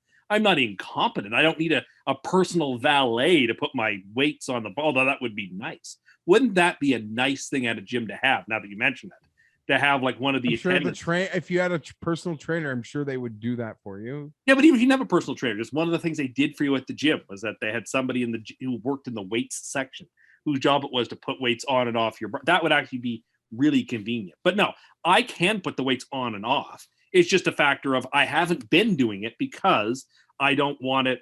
I just don't want to ask for a spotter. And I'm not comfortable. Why don't you ask someone to spot you? Well, if I don't know the people, I don't like what's the edit? You don't just walk up to somebody and say, can you spot me while I pump like 80 pounds? I would feel very emasculated doing that. So I wouldn't do that. But as long as you keep showing up there, you'll make gym friends. You'll make lifting friends. Like, have you bought lifting shoes yet? So I was looking into lifting shoes, lifting gloves. What do I buy for pre-workout, for post-workout? Well, and I get a lot of hold on. Why do you need pre and post workout? You told us that you chug a Diet Pepsi the second when you walk, like right before you walk. First, that is not what I said. You said you finished it in the parking lot before you went in. Not a Diet Pepsi. Oh, Diet Coke. Sorry. Yes, my pre-workout is a Diet Coke in the parking lot before I go in, and my post is the other Diet Coke sitting in my cup holder for when I come out. Because as our weightlifting friend told us, your body processes Diet Coke the same way it processes water. Did he not? Did he not say that? He did say that. I mean, he also gave us some other facts about Diet Coke that he heard on a podcast and then refused to tell us what the podcast was. I couldn't remember, but the point was that your body processes Diet Coke the same way it processes water. And yet, right now, my pre-workout is a DC. So but you realize that Diet Coke and water aren't the same thing, right? Like, you're not getting hydrated when you drink Diet Coke. Well, that's not what, as I understood the term processes it, I understood that it meant that it hydrates you just as much. Okay, that's not what he meant. Well, it wasn't clear to me. I thought that's what he meant. How is that not clear to you? How would you think that drinking Diet Coke is giving you good hydration? What's wrong with you? You are a fucking doctor. It's 99% water. Okay, whatever. It gives you caffeine. It makes you full. So, like, I'm one of these people where I'll get to the gym and start working out, and like halfway through my workout, I'll think I should just quit and go get a sandwich. What? Or I should just go quit and get a hamburger. That's what I would like to do. You find that working out makes you hungry? I find it makes me starving because they have all the TVs on, and the TVs have all those fast food commercials, and I see like an advertisement for like the 2 for $8 Whoppers at Burger King, and like halfway through my workout, I think I could just stop what I'm doing that's very instant, go get showered, go to Burger King, eat 2 Whoppers in the parking lot, and I would be so happy right now. And so what I need to do is when I go into the gym, I need to feel full, or at least not hungry. I don't need to be like stuffed, but I need to feel not hungry. And the thing about Diet Coke is that it's carbonated, so it fills you up, and it's also got caffeine in it, so you've got some energy. So I've been drinking the DC before and the DC after, and that also prevents me from stopping at Wendy's or McDonald's or Burger King on the way home after my workout, not to ruin it. I don't know how I would feel like if I had like a full stomach if I went to go work out. Jeff, it's not a full stomach. A can of DC is not a full stomach. Jeff, has Tim inspired you to take up lifting? No. So you don't lift, is what you're saying. You don't lift, bro. Like, now that I lift, I can't imagine not wanting to lift. Like, when I'm not lifting, like, I feel like I should be lifting. That's the second time you said you don't lift, bro. Well, you don't, apparently. And look, I didn't either. But now, like, it was not an addiction per se, because you can't get addicted to these sorts of things. But like, every day I don't lift, I feel like I should be lifting. Like, I'm enjoying it. That's healthy. I'm enjoying lifting. That tension on my muscles. I really enjoy that. I think I just know that I'm doing the right thing. Good. But I don't want to ruin it by I'm happy for you. I don't want to ruin it by doing what I would often do, which is go hit up Wendy's after a workout, get 2 JBCs, because I'd think, well, I've earned this. I've done a good workout. And I realize that's just basically revving the car in neutral. I'm not helping myself any. So by drinking these carbonated drinks after the workout too, it prevents me from stopping at McDonald's or Burger King or wherever on the way home. Why do you keep saying McDonald's? I don't understand that. It's spelled MC. Yeah, McDonald's. Like a big, I'm sorry, is the big hamburger there called the Big Mick? Yeah, but that's Big Mac. But that's also, how do you spell Big Mac? And in French, are they not the Mac Poulet and the Mac Croquette? It's actually a poulet McRocket, but if you spell Big Royale Mac with cheese, can you spell Big Mac for me? Spell it out. MAC. Okay, and how do you spell McDonald's? Obviously MC. So but why? Mick and Mac are... No, I don't know. You want to tell some? You go tell my grandmother. My grandmother's whole side is MacNeil, and people say McNeil and MacNeil, and they don't make much of a distinction between the two, even though, of course, they're spelled differently. And I understand that one is Scottish and one is Irish, and there's historical distinctions. I don't know, but people in my family have always said, like, my grandmother always used to say McDonald's, I guess, and it must have just sort of like integrated into me. Remember we had this conversation earlier this week that maybe your grandmother was not the beacon of normal behavior? Yes, I'm realizing this now. That everything she did 50 years ago may not be applicable to right now. Yes, we did have this discussion, and I see what you're saying. But on my point, don't you find the same thing, that as soon as you leave the gym, you think, oh my God, I'm starving. I want to go get a hamburger. No, in fact, I do. really feel like I'm not hungry for ages after. It's Oh, like no. I have way more energy after the gym. I have more energy. That's why I try to work out at like 10 or 11 a.m. in the morning, is that I feel like for the rest of the day I have great energy and I'm not as hungry throughout the course of the day. But it also So I do find I have energy. But it also depends on what I'm doing at the same time. Like if I do go and I do like heavy weights, I'll have to basically force. That's why people take the protein powder right afterwards. I'll go try to make sure that I go eat a protein heavy meal right after. But why would you go to the gym and not lift? I mean, Tim, look at me. I don't understand why I'd ever go not to lift now. Like now that I can lift, why not just go to lift? Like cardio's fine, but now that I get into the weights, like I feel like the weight's the way to go. Cardio at the end. It's not like a burden, and I'm not now spending my whole time at the gym thinking about what I'm going to eat afterwards, which I used to. I'm happy for you. Yeah, but like, but you've somehow turned into obnoxious gym guy after 10 days of I'm working out. I'm not being obnoxious. But you're making it intimidating for like the way you feel about it. You're making me feel about it. Like, yeah, you lift, bro. Like you're very intimidating and trying to bully. I'm not trying to bully anybody. Yeah, you're trying to bully me. Oh, you go. You don't even lift. You just do cardio. What are you talking about? I just feel like if I'm going to go to the gym. Are you on steroids? No, I'm not. Are you sure? I guess I'm getting a feeling from lifting that I've never gotten from cardio. And I never lifted before. But I feel differently and more energetic and happy from lifting than I ever did from cardio. Well, because you're getting stronger. So like why would I want to just do cardio when I could feel better doing lifting? Like listen, I'm not saying go do some cardio, but I think that, I mean, you're going Everybody out there should lift. What's that? Everybody out there should lift if you can. My point is, if you can lift, you should lift. If you haven't lifted before and you were like me 2 weeks ago, start lifting. You'll feel so good about it. Don't worry about the cardio stuff. Don't worry about lift. Because that will give you that instant like hit to your brain that I've been getting. That I just like feel amazing in a way that I never did from running. Like, I guess there's a runner's high, but this is like a lifter's high. Like the feeling of the tension in your muscle. I'm really enjoying it. I intend to pursue this for quite a while because I'm enjoying it. It's making me happy. Well, that's good. I suggest that you continue to do this, and maybe you want to relax on the bullying everyone else. I'm not bullying Geoff, anybody. I told you that. One of our friends told you that. Geoff just brought it up to you. Like, you'll know if I'm bullying. Yeah, you'll know if I'm bullying. Oh, really? The way you phrase it, like out of the gate, like just the way your tone. Well, but look, I also know that you even lift, bro, is a thing, like a meme that flies around. So I was being a little tongue in cheek about it. But like, you don't even lift. No. But seriously, you should lift. It'd be good. It's good for everybody. You should lift. Look, I'm over there lifting the barbell with no weights on it. Like, it's not like I should be cutting an intimidating figure to anybody. And once I'm feeling now confident enough that I can put the 10-pound plates on each side and do it without a spot or without it crushing me.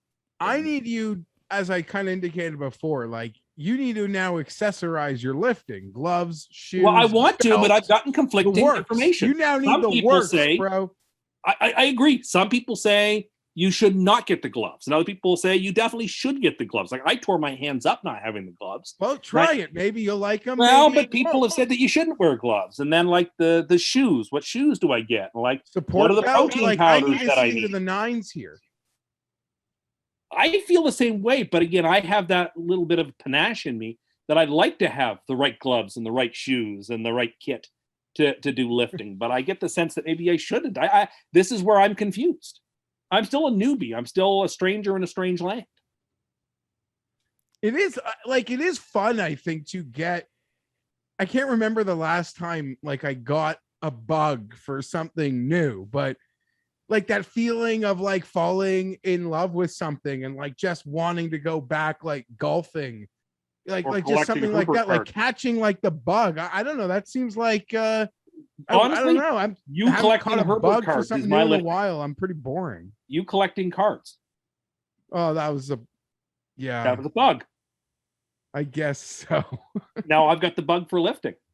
And you used to say you should collect cards. oh, you know what? You invest all your money in all these things that don't hold any value, but I collect all these valuable I cards. didn't say you should collect essentially- cards. Jeff never once said that though. I Jeff said that basically like said, spending. you don't Oh, even that collect hold total on. value- Did he basically say something? So you interpreted what he said that way? Like that's why you're the insane Jeff person. basically was saying to me week after week, do you even collect, bro? When we would talk about the Monopoly pieces that I'd be going for to No, win I versus said his card collecting. And now You're- the shoe is on the other foot. I said that the cards are a probably better way to spend the money than the Monopoly. I would. And yet, when that's what I say I said. think lifting's probably a better way to spend one's time than walking on a treadmill, I get upbraided. Or lifting is a better way to spend one's time than, I don't know, reading up on red. Well, you Herbert, were the stop. one who said that lifting is better than walking on a treadmill. Well, it is Is it? for me. Is for it? me.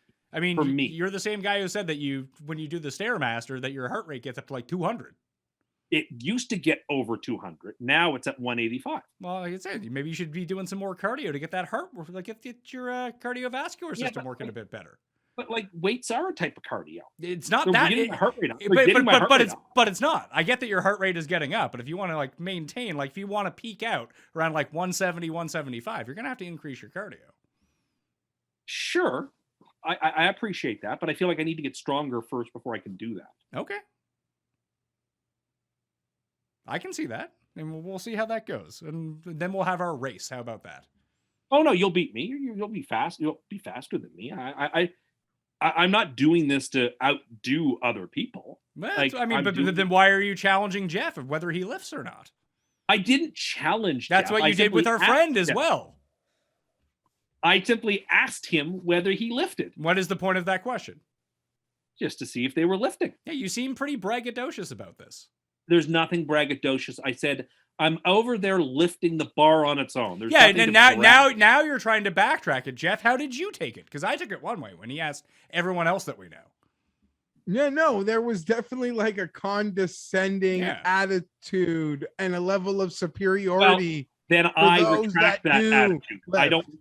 If that's the case, if that's how it was interpreted, I retract it because I don't want to seem that way. I'm a man of, for, and by the people. You, So I don't you, wanna you sound like typical gym guy that everyone hates. That's how the tone and language that you've adopted. Yeah, pretty much. And I've done not like most people. I've done nothing but congratulate you and feel proud for you for this And I say thank you. this new like step and what Yes. seems to be maybe a long-term like life thing for you. Yeah, and all you're trying to do is shit on everyone who's trying to prop you up. That's not true. That's not true. It's what it sounds like. I mean, the viewers It will know. appears The this has viewers, happened- the viewers have just heard you talk about this, and it sounds like you're just trying to shit on people. No, I'm not. It appears you have taken this approach both to a teleconference, in text, and in real life with your friends on the weekend. Like there's a consistent approach here to how you are coming across, it seems. Maybe, and if that's the case, then I retract them. But I'm proud of myself for lifting, and we're I'm proud of you. enjoying it so much that I think other people should too. Because if I like it, they'd like it. Well, that might not be the case. I am the common man. If I like something, other people are probably going to like it too. All right. Let's move on to the late set of games. We got Jeff's team in here, and this is the most confusing spread of the week because the Chargers are at the Eagles. The Eagles are a 1-point dog, so the Chargers are a 1-point favorite on the road. The total is 50. SUPERLOCK and the Chargers. I don't understand why this isn't like 6.5. Jeff, can you talk me out of this? Yeah, I don't really understand it. I don't know who moved this thing from 3 to 1. I hope you sharp buddies, wear some protective gear because you're going to cut yourself. You think you're so sharp. I don't understand. The Eagles, they beat Now the who's shit- bullying who? They beat the shit out of a horrible Lions team that I predicted they would last week. And we said the Lions lost a heartbreaker. They threw the kitchen sink. Like, it was a very easy dot to connect. And as bad as the Eagles looked versus the Raiders, that the whole vibe of that Lions situation was going to create a potential lopsided outing. And just like it did for the Lions and the Bears game, nonetheless, I don't know. I don't think the Sirianni knows anything. So I'm not overly concerned about this game. I will lose a fortune on it if it doesn't go my way. Like, Would huge. Sirianni run the ball 2nd and 10 when his team's down by a bunch of points? By a bunch of points, do you mean 7 with like 9 minutes to go with a coach that uses 4 downs? I know you're trying to be like inside Fienberg's Twitter account, which really can confuse a lot of the viewers of the show, Tim. So I don't really want to waste a moment in there. I need to like fully, I think I did it off the top, but I can't retract the statement because it was dead wrong and it was last week, but I was very maybe just too overzealous about the Charger Patriot situation. And that ended up being like every other Charger Patriot game I've experienced pretty much in the entire Belichick era. And I don't like to make comparisons like team A beat team B. I don't think that means much for, A versus C, but the Lions, I mean, the Eagles just got demolished by the Raiders. We hold our own versus the Raiders. We could win or lose versus a team like the Raiders. We beat them, but they would never manhandle the Chargers. I'm nervous in the sense that once the Chargers got off to that great start, I don't think I ever got too carried away about what their ceiling could be because I knew that Raven game was sort of a barometer and it brought them right back down to earth. And this Patriot game out of a bye has even humbled the Chargers more. But I did look at the schedule sort of out of the bye and think the Chargers will be really fine because they've played their gauntlet and I don't see a losing streak possible. Well, anyone could lose 2 in a row. That happens to teams, that happens to mediocre teams, that happens to good teams. But we shouldn't lose 3 in a row. And if we lose 3 in a row, it means we blew every work that we've already put out there this year. We've got to find our swagger. I expect to do it versus Philadelphia. I'm going to lay a point, and I'll even probably do some alternate line betting on this one. So Chargers for me. I'm not going to lose to Nick Sirianni. The only thing that concerns me is my old coach that I do like, Shane Steichen, is over there as kind of like a just consultant. And there's probably nobody in the league that would know my offensive pieces better than him. But I don't think the Eagles have the talent to take advantage of us. So there it is. And I don't think their coach has the brains to take advantage of us. Chargers, bigly. The few things to point out, like just looking at PFF right now, like the Eagles are rated as a better team than the Chargers, which kind of blows my mind. But it's because the Chargers are deficient at certain things. Like they have horrible special teams. They have a horrible run defense. And the one part of this game, it's a lot like the main reason that I really like the Eagles last week against the Lions. Lions can't block. The Eagles have a good pass rush. It's kind of the same thing with the Chargers. They can't really block all that well, and the Eagles are going to present a good pass rush. So I can see why this would be a 3-point game. I just feel like the offense for the Chargers is just so much more solid and can take advantage of the Philadelphia Eagles here. Like you mentioned it earlier, like I think it was Tim who said, like, Dallas is a great team in a bad division. It feels like the Giants and the Eagles, like they're not good, but they're getting credit as being good. And I really think that the AFC West is an excellent division. So if this is just essentially asking the Chargers to win this game, I think that they win the game. This is the worst team the Chargers have played all year. They are Correct? Washington. Yeah, They but are Washington, you have to take that in the context of the lead up. I mean, is Washington that much worse or better than Philly? They're probably the same, aren't they? Yeah, bolt up. Give me the Chargers too. I don't quite understand the line either. Well, we're all going to get taken on this one, aren't we? Well, I probably. hope not, because that's just bad for my wallet and more importantly, my soul. And that would be 3 in a row. And yeah, I don't want to lose this one. I really don't want to lose this one. I think for as bad as the Chargers played, they did make it uncomfortable for Mac Jones to do things. And I think they're able to do the same sorts of things to Jalen Hurts. And I don't think the Eagles schematically can just make life such hell for the Chargers and confuse Justin. I think they're too stupid of a team. Okay. Next game, we got Green Bay at Kansas City. This feels like it should really be fun, but I don't know. Packers are now 7-1 against the spread. The Chiefs are only favored by 1 at home. They're 2-6 against the spread after failing to cover on Monday night again. I don't know what to make of this. I don't even know where the public is going to rest on this game. Like everything, just I look at the Chiefs, I see -1. I feel like I should insta-bet the Chiefs at home. It has to be the inclination for everyone. And you got the Packers. They could be getting Adams and Marquez Valdes-Scantling back or not. We don't know at the time that we're recording this. They're coming off the mini bye after a big win against what was the best team in the NFC on a Thursday night game. I mean, everything is kind of going in the Packers' favor here, but I want to take Kansas City. Can anyone talk me out of it? I might make Kansas City my super lock, Pat. I think we're getting a nice line because of how not Showtime they looked versus the Giants. When people were expecting, how do I put this? The Chiefs don't need to do Showtime.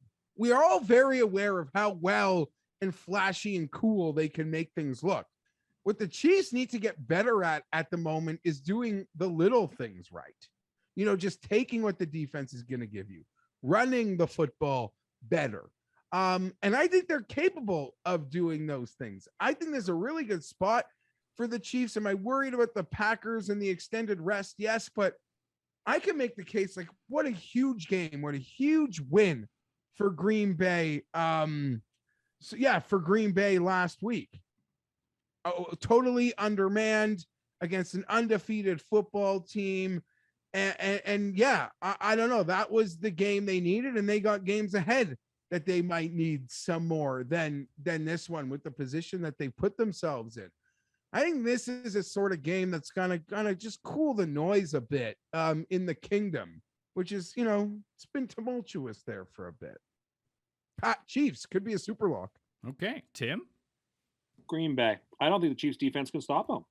I don't think the Chiefs defense have the skill set to stop Green Bay from putting up 30 plus points. And at some point, we can look at the Packers and say they're 7-1 and they're really good. And they've been playing good football and beating good teams. And Vegas is, because they're saying that the Packers would be favored on a neutral field. And I agree with them. And I've seen nothing from Kansas City to make me think that the fact they're in Arrowhead makes much of a difference right now. The Packers have the reigning MVP under center. And like you said, maybe getting Adams back. They're loaded too, and the Chiefs defense can't stop them. I think the Chiefs are in tough here. I think that the Packers should actually be favored in this game. I'm going to take Green Bay. I think it's going to be huge public Green Bay action here. I don't know. I don't know if the public are ready to jump off the Chiefs completely yet. Oh, I think the Chiefs are I would argue the Chiefs are underrated right now. Okay, argue it. Well, they're a really good football team. It's a pick 'em. A couple weeks ago, you're probably laying more than a field goal in this football game. I don't know. I just think the market is hating on the Chiefs maybe more than they deserve to be. Like, that's all. Are they perfect? Are they flawed? Sorry. Are they perfect? No. Are they flawed? Absolutely. But I think the hate on them is stronger than the reality. So in that sense, underrated. Obviously, we all know how great they are. Maybe underrated is the wrong term. Maybe it's undervalued. I'm not sure. But I think this game presents us an opportunity that we haven't had in some time. Pick them. Chiefs' big thing was they'd be covered. They'd have to be favored between 6 and 10, and they'd win and not cover. Well, it's not the issue here. I don't doubt how great the Packers are. I'm concerned they can go up and down the field. It's not a game it is a game. It's going up against the Charger game, but I still expect to have a lot of money on it. So I could lose a lot of money at 4:00 now that I'm playing this in my head.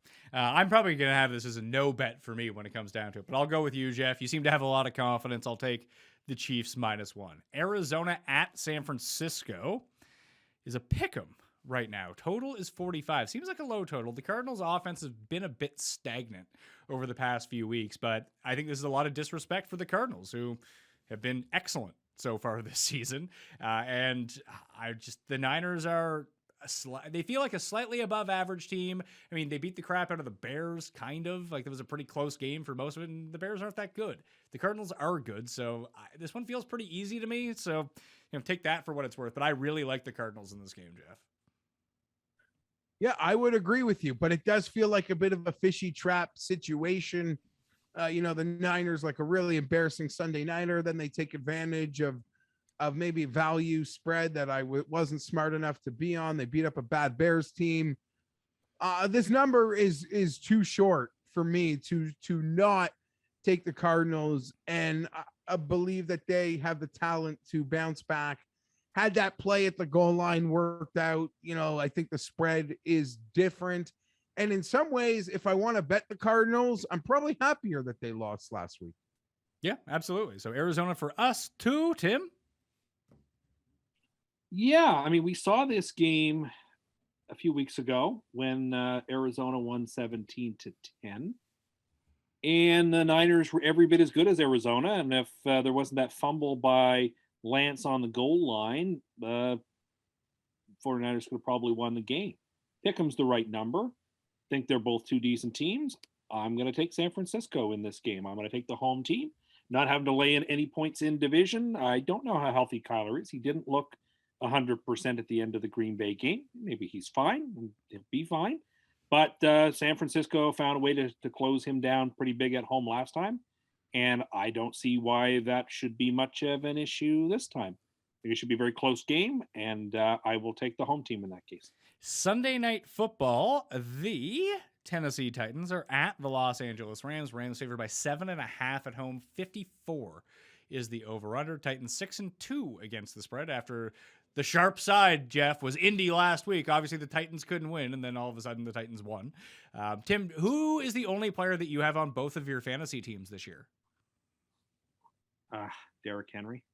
So he's out for the season, it looks like. But they brought in Adrian Peterson. That's good news. Well, I mean, not only it's worse than that, right? My keeper team, I've been spending all year not playing Jamar Chase, holding off, being conservative. This Sunday morning, I decided to throw caution to the wind. I traded away my first round pick to get Kyle Pitts to get Alex Collins and Jalen Waddle. I started Jamar Chase and got rid of his red shirt because I have Derrick Henry. I'm close to getting into the playoffs or winning it with points. And what happens? Well, Boyd has a better day than Chase, and I lose Henry for what looks like the whole season. And Pitts is awful. And Pitts played terribly. I lost Akers, I lost Juju, and I lost Henry for the year on my keeper team. It's very unfortunate. What was the line on this game Saturday or Sunday night before the Henry news? I don't think it changed 1 point. That was going to be my question, because if Henry can't move a line, then no running back can ever move a line. Well, I think there's a lot of love, like with the trade. Everyone, the Rams are super cool and vogue, as they probably were before the trade. Just the it's Stafford too many points. thing. It's too many points. I'm going to take how well they are. I'll tell you though. No, the advanced line at Westgate was 4.5, so this line didn't move. Okay, so he moved it 3 points, if that's to be believed. Either which way, it is too many points. I think if it were 7, I'd think about it. But at 7.5, I like the value. I'm going to take the Titans. Super Bowl 34 rematch. I like the Titans to cover in this game. I don't know if I pick them to win. I have great respect for the Rams. I liked their tweet there yesterday with the guy from Rounders saying all in. Of course, Teddy KGB loses at the end of Rounders. So I don't know how well thought out that tweet was. But anyway. It was a tweet for the moment. Yeah, well, again, if you think about what it means, anyway. That they just typed in all in, whoever their social media intern is, on like the GIF on you would Twitter, think that and picked the first one. I bet you they probably curated that a little more. Oh yeah, you have an extensive knowledge about how these social media teams work, Tim? Do you? No, but I know how my social media works, and I wouldn't just pick the very first one I saw. Would you even know how to do it? Yes, of course I do. Well, you say of course with a lot. I tweet out GIFs all the time. That's why I tweet GIFs out all the time. But you don't even have the GIF. You don't have the GIF keyboard. Yeah, that's been figured out as well. I figured out that you were lying to me. Anyway, yeah, like I said, I think it's going to be a close game, but give me Tennessee to cover a number that's a little too large. best team in the AFC by the record against a team tied for the best record in the NFC by record. 20 points. The coin agrees with you. I don't know how the public has been doing lately in these primetime games, Geoff. It feels like not great, but I think that the Rams wax the Titans here. They're essentially very much the same team, except the Rams have an awesome defense and the Titans don't.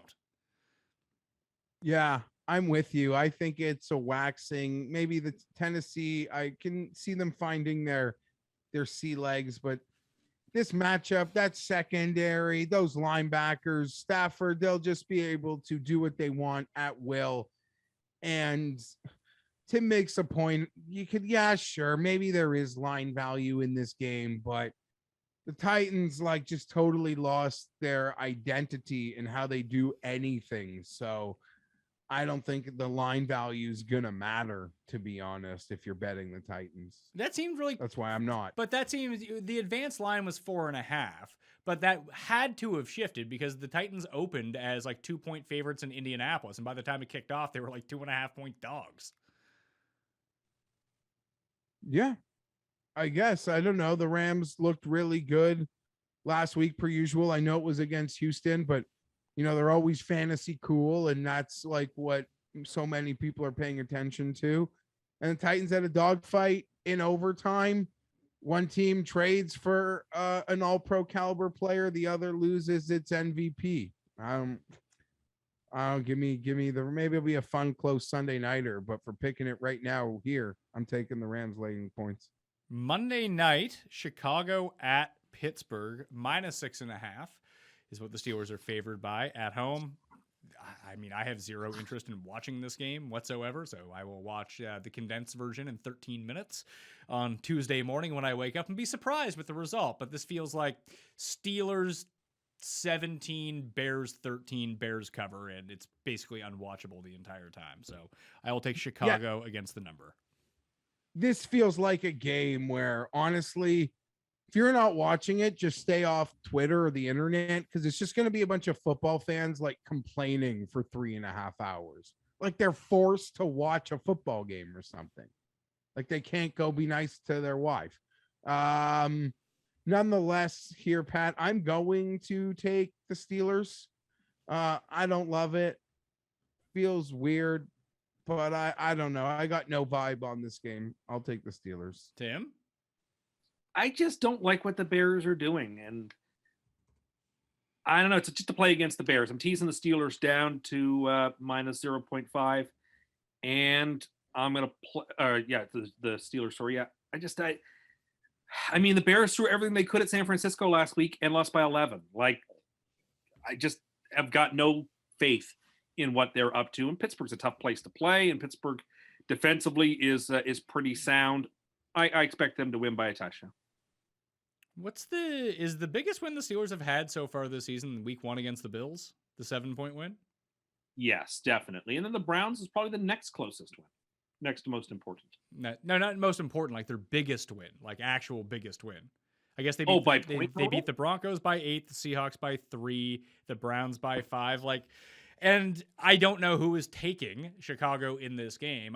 What do you think the spread is going to be on Monday night after people lose their money all weekend? Do you think it goes through 7? Because I think it does. I think it gets to 7, and then you're paying Vig to bet the Steelers. You're paying Vig to bet the Steelers either way. Well, I think it could be Chicago even money +7. What do you think, Geoff? Well, I was just looking for a future. That's helpful. So you weren't listening? Like, did you hear what I asked you? What the closing line will be? No, I don't think it'll change. I don't think it'll change that much. I don't see it getting over 7. Yeah, I think 7 is where it could get to, and then, like I said, then you probably get even money to take the Bears at that point. I feel like if it has enough steam to get to 7, it can definitely go above 7. It takes a lot. Like from what I've seen, it takes like that's a key number. That's a huge huge level of steam to get to 7. Yeah, cross 7. But it's a huge level of steam to get from 6.5 to 7. To get from 7 to 7.5, I would say, is less important than going from 6.5 to 7. I have to agree with you on that. You're right. So true. Sorry. Once it gets to 7, I guess 7.5 is in play, but I don't know. That's a big one. Like I could be talked off. I could bet a game that was 6.5 that got to 7. I don't think I would even like be interested at all once it clears 7, because then my put, like, I win or push, and now it becomes a straight loss for me. So I'm not there.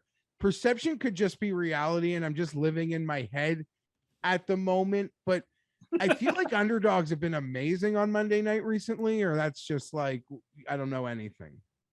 I don't remember who played 2 weeks ago on Monday night. The Giants covered Is that this Monday. Seattle and Oh yeah, Seattle covered in Pittsburgh. New Orleans. Seattle played a few in a row. The Pittsburgh was Seattle, a New Sunday Orleans nighter. last week. Yeah. Okay, so On Monday- on Seattle Monday. covered in New Orleans. Oh yeah, Seattle Pittsburgh was a Sunday night game, wasn't it? Yes, it was. Interesting. Yeah, I like Chicago here. I think that these are two Yeah, bad. you're right. These Tennessee these are two bad teams. against Buffalo. Yeah, I mean the Steelers though could very well be a playoff team because that's how bad the AFC is. Well, that doesn't really make a difference now, does it? The Bears are 3-5, and they're not good. No, the Bears have a lot of problems. They're not a good team. And neither are the Steelers. They're also not a good The team. Steelers are a better team. I mean, I'm Are willing to they say a that. better team? Like they're a marginally. Well, I think so. They're a marginally better team. Are they a 6.5 point better team? Maybe sometimes. I would say the majority of the time the play here is Chicago's side. Okay. Agree to disagree. You want to bet me on this game? Not really, because I don't feel that strongly about it. That's why I teased it to make sure that I get the Pittsburgh win, because like I feel like Pittsburgh should win the game, but who knows?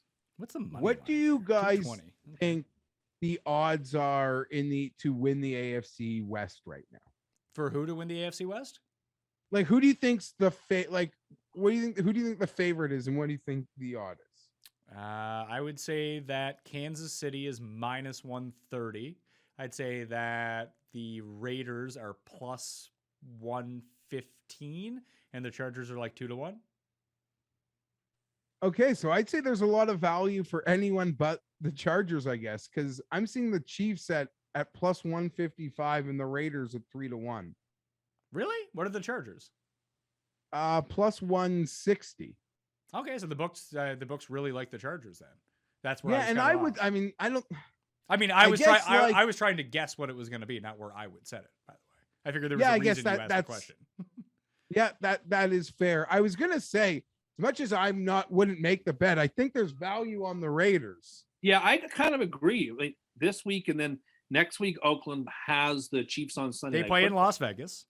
Or sorry, next week they're home to the Chiefs, so the Raiders could really boost their chances with a couple of wins here. But I would still lean Chargers if I had to pick a division winner. I picked them to start the year. I'm staying with them. All right. That's the show. Let's lock in some picks for the week. I am 7-1 in the SuperLock, so hopefully I can keep that going. I've been having some good fortune with the SuperLock so far, and even in the bad weeks, the SuperLocks are saving my overall gambling week, and then the weeks where I'm actually winning a bunch of games ATS and the SuperLock hits, boom, we're in some big time money there. So I'm taking the Chargers -1. I absolutely love it. Tim, what are you doing? You already know. Jets? Oh yeah. Okay. Jeffrey? Chargers. I've used them on the SuperLock in the Monday Nighter versus the Raiders. I also offered to save the U.S. economy that night when I tweeted the Treasury that if they needed money, that's what they should do. And I was really embarrassed by guaranteeing they'd beat the Patriots. So I'm kind of 1-1 in my super bold Chargers will win calls this year for what's that worth. So now we're gonna put an odd number on this. So it's third time's a charm. Chargers, big for me, big. I like it. Like I just took the whole family to California. We're gonna help pay the credit card. We pay off the credit card and pay off the Vikings loss. Oh, don't remind me of that one. Okay. Tim, can you spout out your free money teaser again? Sure. Jets, Falcons, Ravens, Dolphins, Steelers. Bet the farm, win 4 farms. That's 4-1. All right, on the 6.5 team teaser. You should really stick to like 2-3 team teasers. I feel like your record would be a lot better. Probably.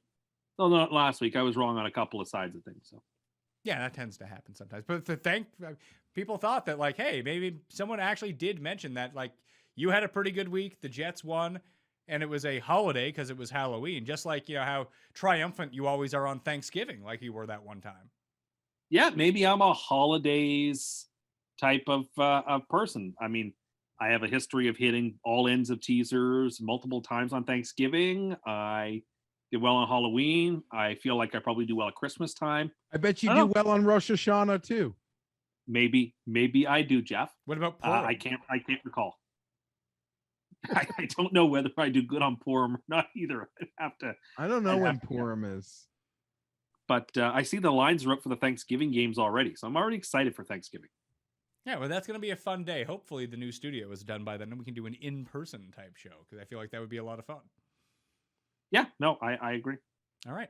That will do it on the Pat Mayo Experience. I would not like to thank Tim Undercust. Tim and August. That's okay. That's not my name, but I'm feeling good. The Jets are going to win on Thursday. Lifting is going well. Everything's going well. Like, I'm in a good spot right now. I'm very happy. And nothing's going to bring me down. Even if they lose on Thursday, that's okay. I've had my fun. Whatever happens, happens. Try not to get too high or too low about these things. I felt like that was the worst Cust Corner that's ever been done. Well, we were just sort of like freewheeling about a subject that we didn't have a whole lot to talk about. No, you can't bring up a topic we can't make fun of you about. That's not fair. Okay, well, duly noted for next time. We'll talk about some other issue that I've been having or whatever when we get to next week. Might have to. I guess, Pat, here's the might have to question. edit out Cust Corner this week. Bad go. No. Might have to run to vintage Cust Corner.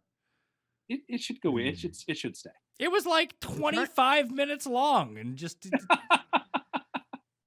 But people trying like to- that though. People like when we just talk. I'm Paul, trying to hold figure on, out hold on. what Paul has something to say. Can Tim apologize to the viewers for not having candy corn and Cust Corner, it's Cust Corner. Cust Corner, it's Cust Corner. He's got the hottest takes with the highest stakes. He should be president of the United States, but it's Cust Corner, it's Cust Corner. Cust Corner. So Paul can. All right, fine. Paul said, "Why didn't we have the candy corn and yogurt video?" I said to Paul, "Why don't we do it?" As I was walking out, he said, "Well, when does the yogurt expire?" And we saw that the yogurt doesn't expire until the 27th of November. So I had some candy corn while I was there on Sunday, and we can do the video whenever it's convenient. We have till like November 27th to do it. So it will be done. The yogurt hasn't gone bad. The candy corn won't go bad. So we will do it. Paul knows this. Oh, I would like to make a bet with you where maybe we'll do a Thanksgiving bet where if you lose, you have to do it with that same yogurt on December 2nd. Oh, God, I don't want to get sick, get botulism or something. You think you'd get botulism? Cam will tell you not to worry. Yeah. Yeah, well, you know what? But Cam's also got eggs on his carpet for a week. How come whenever you do anything crazy, you're like, well, Cam probably does it as a point of your favor. But now if Cam does something, oh, no, it's not what I want to do because you're soft. That was going to be the Cust Corner topic, how soft you are. Okay, well, let's talk about that next week. Or talk about it now. I don't care. No, we might as well save it for next week. Or maybe we can do another Cust Corner right now. And I can just edit this into that slot. I want to know, like, will Tim even be lifting in April, Pat? No. I will, because I'm not a soft person. You're very soft. But I'm not soft. I mean, I'm a very tough person. They got a laugh from the other room. Okay, well, let them laugh. I'm not a soft person. Pretty soft. What am I soft about? I mean, you were just talking about how the weights were eating up your hands and you're lifting like 10-pound weights. My hands are very soft and they can get ripped up. And it doesn't take much for my skin to bruise or to callus or like start to peel. Like, yes, but that's because A, I moisturize sometimes, and B, I have not lived a life of hard manual labor. So yeah, my hands are not calloused. Sure, but that doesn't make a person soft. Sounds pretty soft to me. I do all kinds of things that aren't soft. You like name them.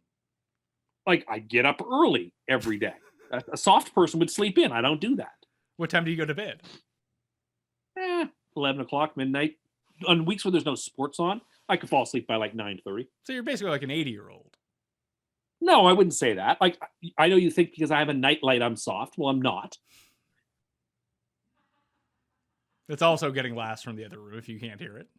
Well, go ahead and laugh. Like, there's nothing. What is it about having a light going during the day that makes a person soft?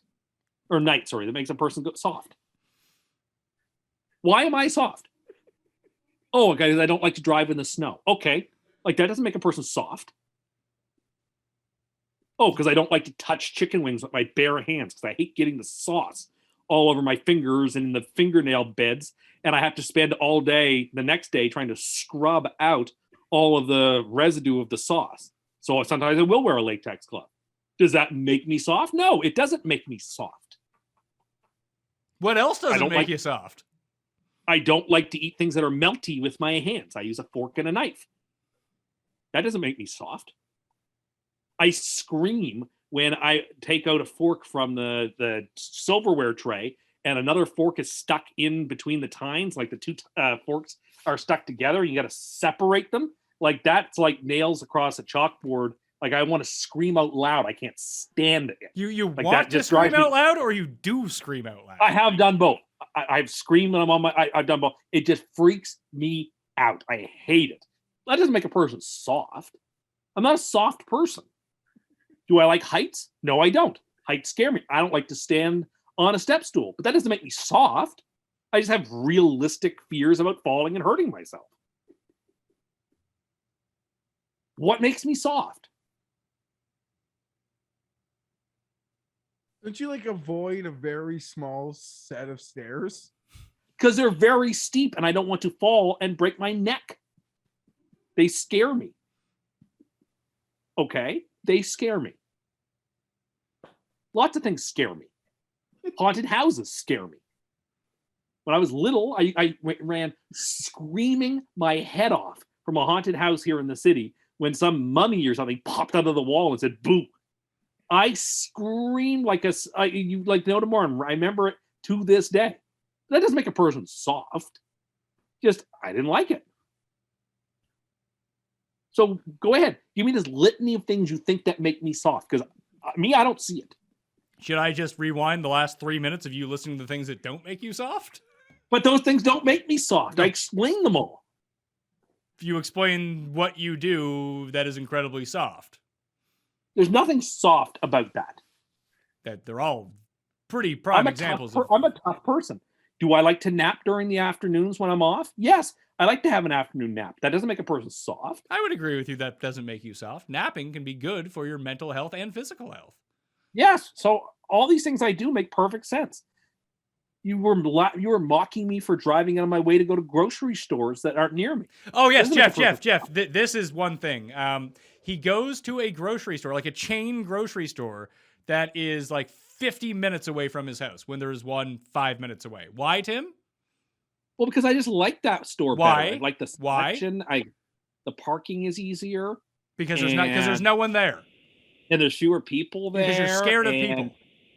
I'm not scared of people, but like the parking lot's not as jammed, so it's easier for me to get a pull through. And it's easier to walk around, and I like the selection of stuff there. And I like the drive out and the drive back. It's a nice drive. I can listen to a podcast and relax. So I don't mind going 30 minutes away when I could go 5 minutes. 30. I'd say about 30 minutes. That's. I mean, you refuse to drive anything more than 5 under the speed limit at all times. I think your it's about, ice cream melt coming home? Oh, I don't think so. It doesn't melt that quickly.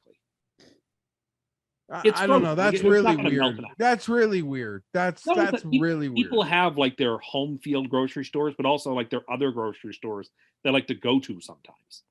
Yeah, like if, I do agree. But that's usually like, for example, if there's a certain cut of meat I want, there is a butcher that I like to go to get that specific type of meat. If there's a certain type of chicken that I want, there's actually another butcher that I like to go to. You're going like to get 4 that chicken. towns over. Yeah, like I will go out of my way to get really good stuff. You could go down the street 5 minutes and get the same stuff at the same store. Yeah, but it's busier. There's more people around. Soft. It's no, I'm not, and I don't like trying to get wedged into the park. Like parking scares me sometimes. Like trying to back in and back out of spots when there's lots of people around and there's shopping carts. I'm afraid of my car getting dented. Would you say you're fragile? No, I would not say I'm fragile. Like, come on. So all these things, plus it's just quieter and like it's sort of like my superstore I think of. Anyway, like why would it possibly be your superstore when there are like I would like to guess between your house and that superstore there's probably like 15 other superstores. No, it's not that many. But I probably passed like 3 or 4 anyway. Plus, it's like a destination. It's somewhere to go, something to do. Get you out of the house. Are you my fucking Relax. grandmother? No, but like again, this doesn't make a person soft. Pretty soft. You're afraid of parking. I'm not a soft person. Can we film you parallel parking? Well, I can parallel park better now that I have this backup cam. Yeah, but I still want to see it. Now that you have the advantage of the backup camera, I want to Like go downtown during traffic and watch you parallel park. So when we went out to dinner like a month or 2 ago, I parallel parked for the first time in like 10 years. Okay. Or 15 years. Yeah, Because I had the backup cam and felt confident enough that I could see behind me to do it. But we know that you don't perform well under pressure. So I want to do it at like 4:45 in the afternoon, like on a Wednesday. Well, I don't like parallel parking. Again, I don't need that anxiety. I don't like. No, another thing. Like, I want to see you do it. Can you perform under that's another pressure? thing that people mock me about. Is like, oh, you don't like driving into the city during traffic. That makes you soft. No, it doesn't. I don't like driving in lots of traffic. That doesn't make me soft. No, but about 12 other things you listed do make you soft. No, I don't think so. I don't think so. Yeah, just because you don't think it doesn't make it not true. It's just called again. As we tell you every week, as we tell you every single week, your feelings are not facts. Facts are facts.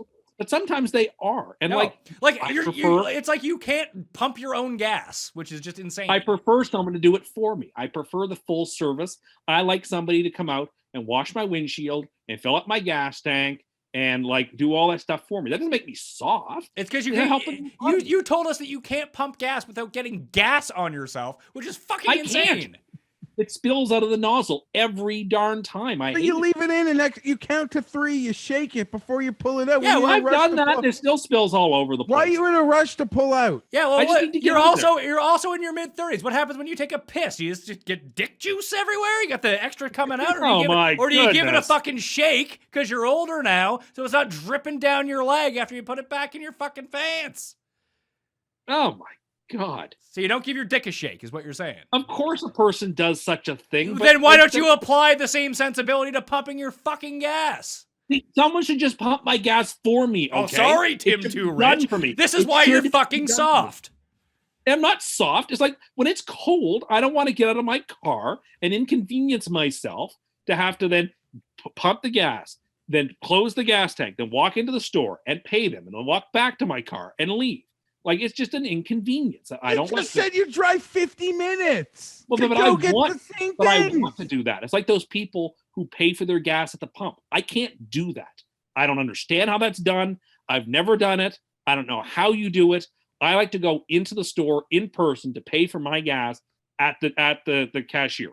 I don't do it at the terminal. What do you mean you don't know how? I don't know how. I don't know. You insert your card, I guess, and you put in your PIN, but I wouldn't trust those machines at all. I want to see a real person with a real like ATM, like a scanning machine or whatever that you use your card. I'm not putting my credit card in some machine that pumps gas. Like, no, thank you. That's never happening with me. I'll take the time to walk inside. Thank you kindly. Plus, then I can also get something good on the inside as well. Perhaps if I wanted a bottle of water or a DC or an energy drink or something, because now I've sort of gotten into maybe sometimes have, as much as I used to hate energy drinks, now that I've had a few, I'm starting to like energy drinks a little bit. So sometimes I'll get an energy drink. And anyway, my point is, it would be so much more convenient for me if I could just pull my car up to the gas station and have it all looked after for me, and then I could just pull away. That doesn't make a person soft. It means that they like some conveniences. It's because you can't pump your own gas. Well, obviously I can you? do. Well, of course, my car, most places don't have full service, so I've got to, roll up my sleeves and do it myself. Why wouldn't you drive all the way back to the 60s and have just someone do it for you? Very funny. Very funny. There's actually, I got it done a few weeks ago and it was glorious. There was a place nearby where we were golfing that did full service and it was glorious. And why don't you drive back there? Because it's like an hour away. You drive 45 So? minutes, you get groceries you can get 5 minutes with. What It's fuck's the same difference? gas. You can get 10 minutes away. It's the same groceries. It's a Yeah, nice but- drive. It's a podcast. Yeah, you're making a good point, but gas is something different. Like I'm one of these people that as soon as my car hits a half, I've got to fill up right away. I get terrified as soon as my gas Soft. gets below You're half. No, that's soft. not. But like Soft. I would not be comfortable driving under half to go further to get gas. Like this would require me to do. No, as soon as it gets below half, I don't want water and condensation developing in my tank and ruining my gas tank. No, as soon as it hits a half, it's as if the engine light comes on. I get gas immediately. It's called being a responsible car owner. I don't No, it's stress it out. called being a combination of insane and soft. Insanely soft, I guess. Like that's what it is. You're insane and you're soft. I'm neither of those things. But I'm neither of those things. I mean, I think you Literally, this Cust Corner second leg just proved that you I fully feel like this are. is probably going to replace the original corner. Maybe. I mean, it's been The a other lot. one's It's been far more entertaining for me rather than hearing your stories about how you lift now. No, And fine. bully Then, people. well, then let's use this. I mean, you think I'm soft? I don't think I am soft. A I put it- pretentious lifter. You know what? If I put it to the people, I'd win that poll. Well, what's a win? Oh, anything over like 15%. So even if 8 out of 10 people think you're soft, you don't think you're soft. Oh, no, because I don't think they know what soft is. It's starting to become clear that you don't know what soft is. I know. Listen, I'm not a soft. I lift. You tried watching the Jets. You're soft.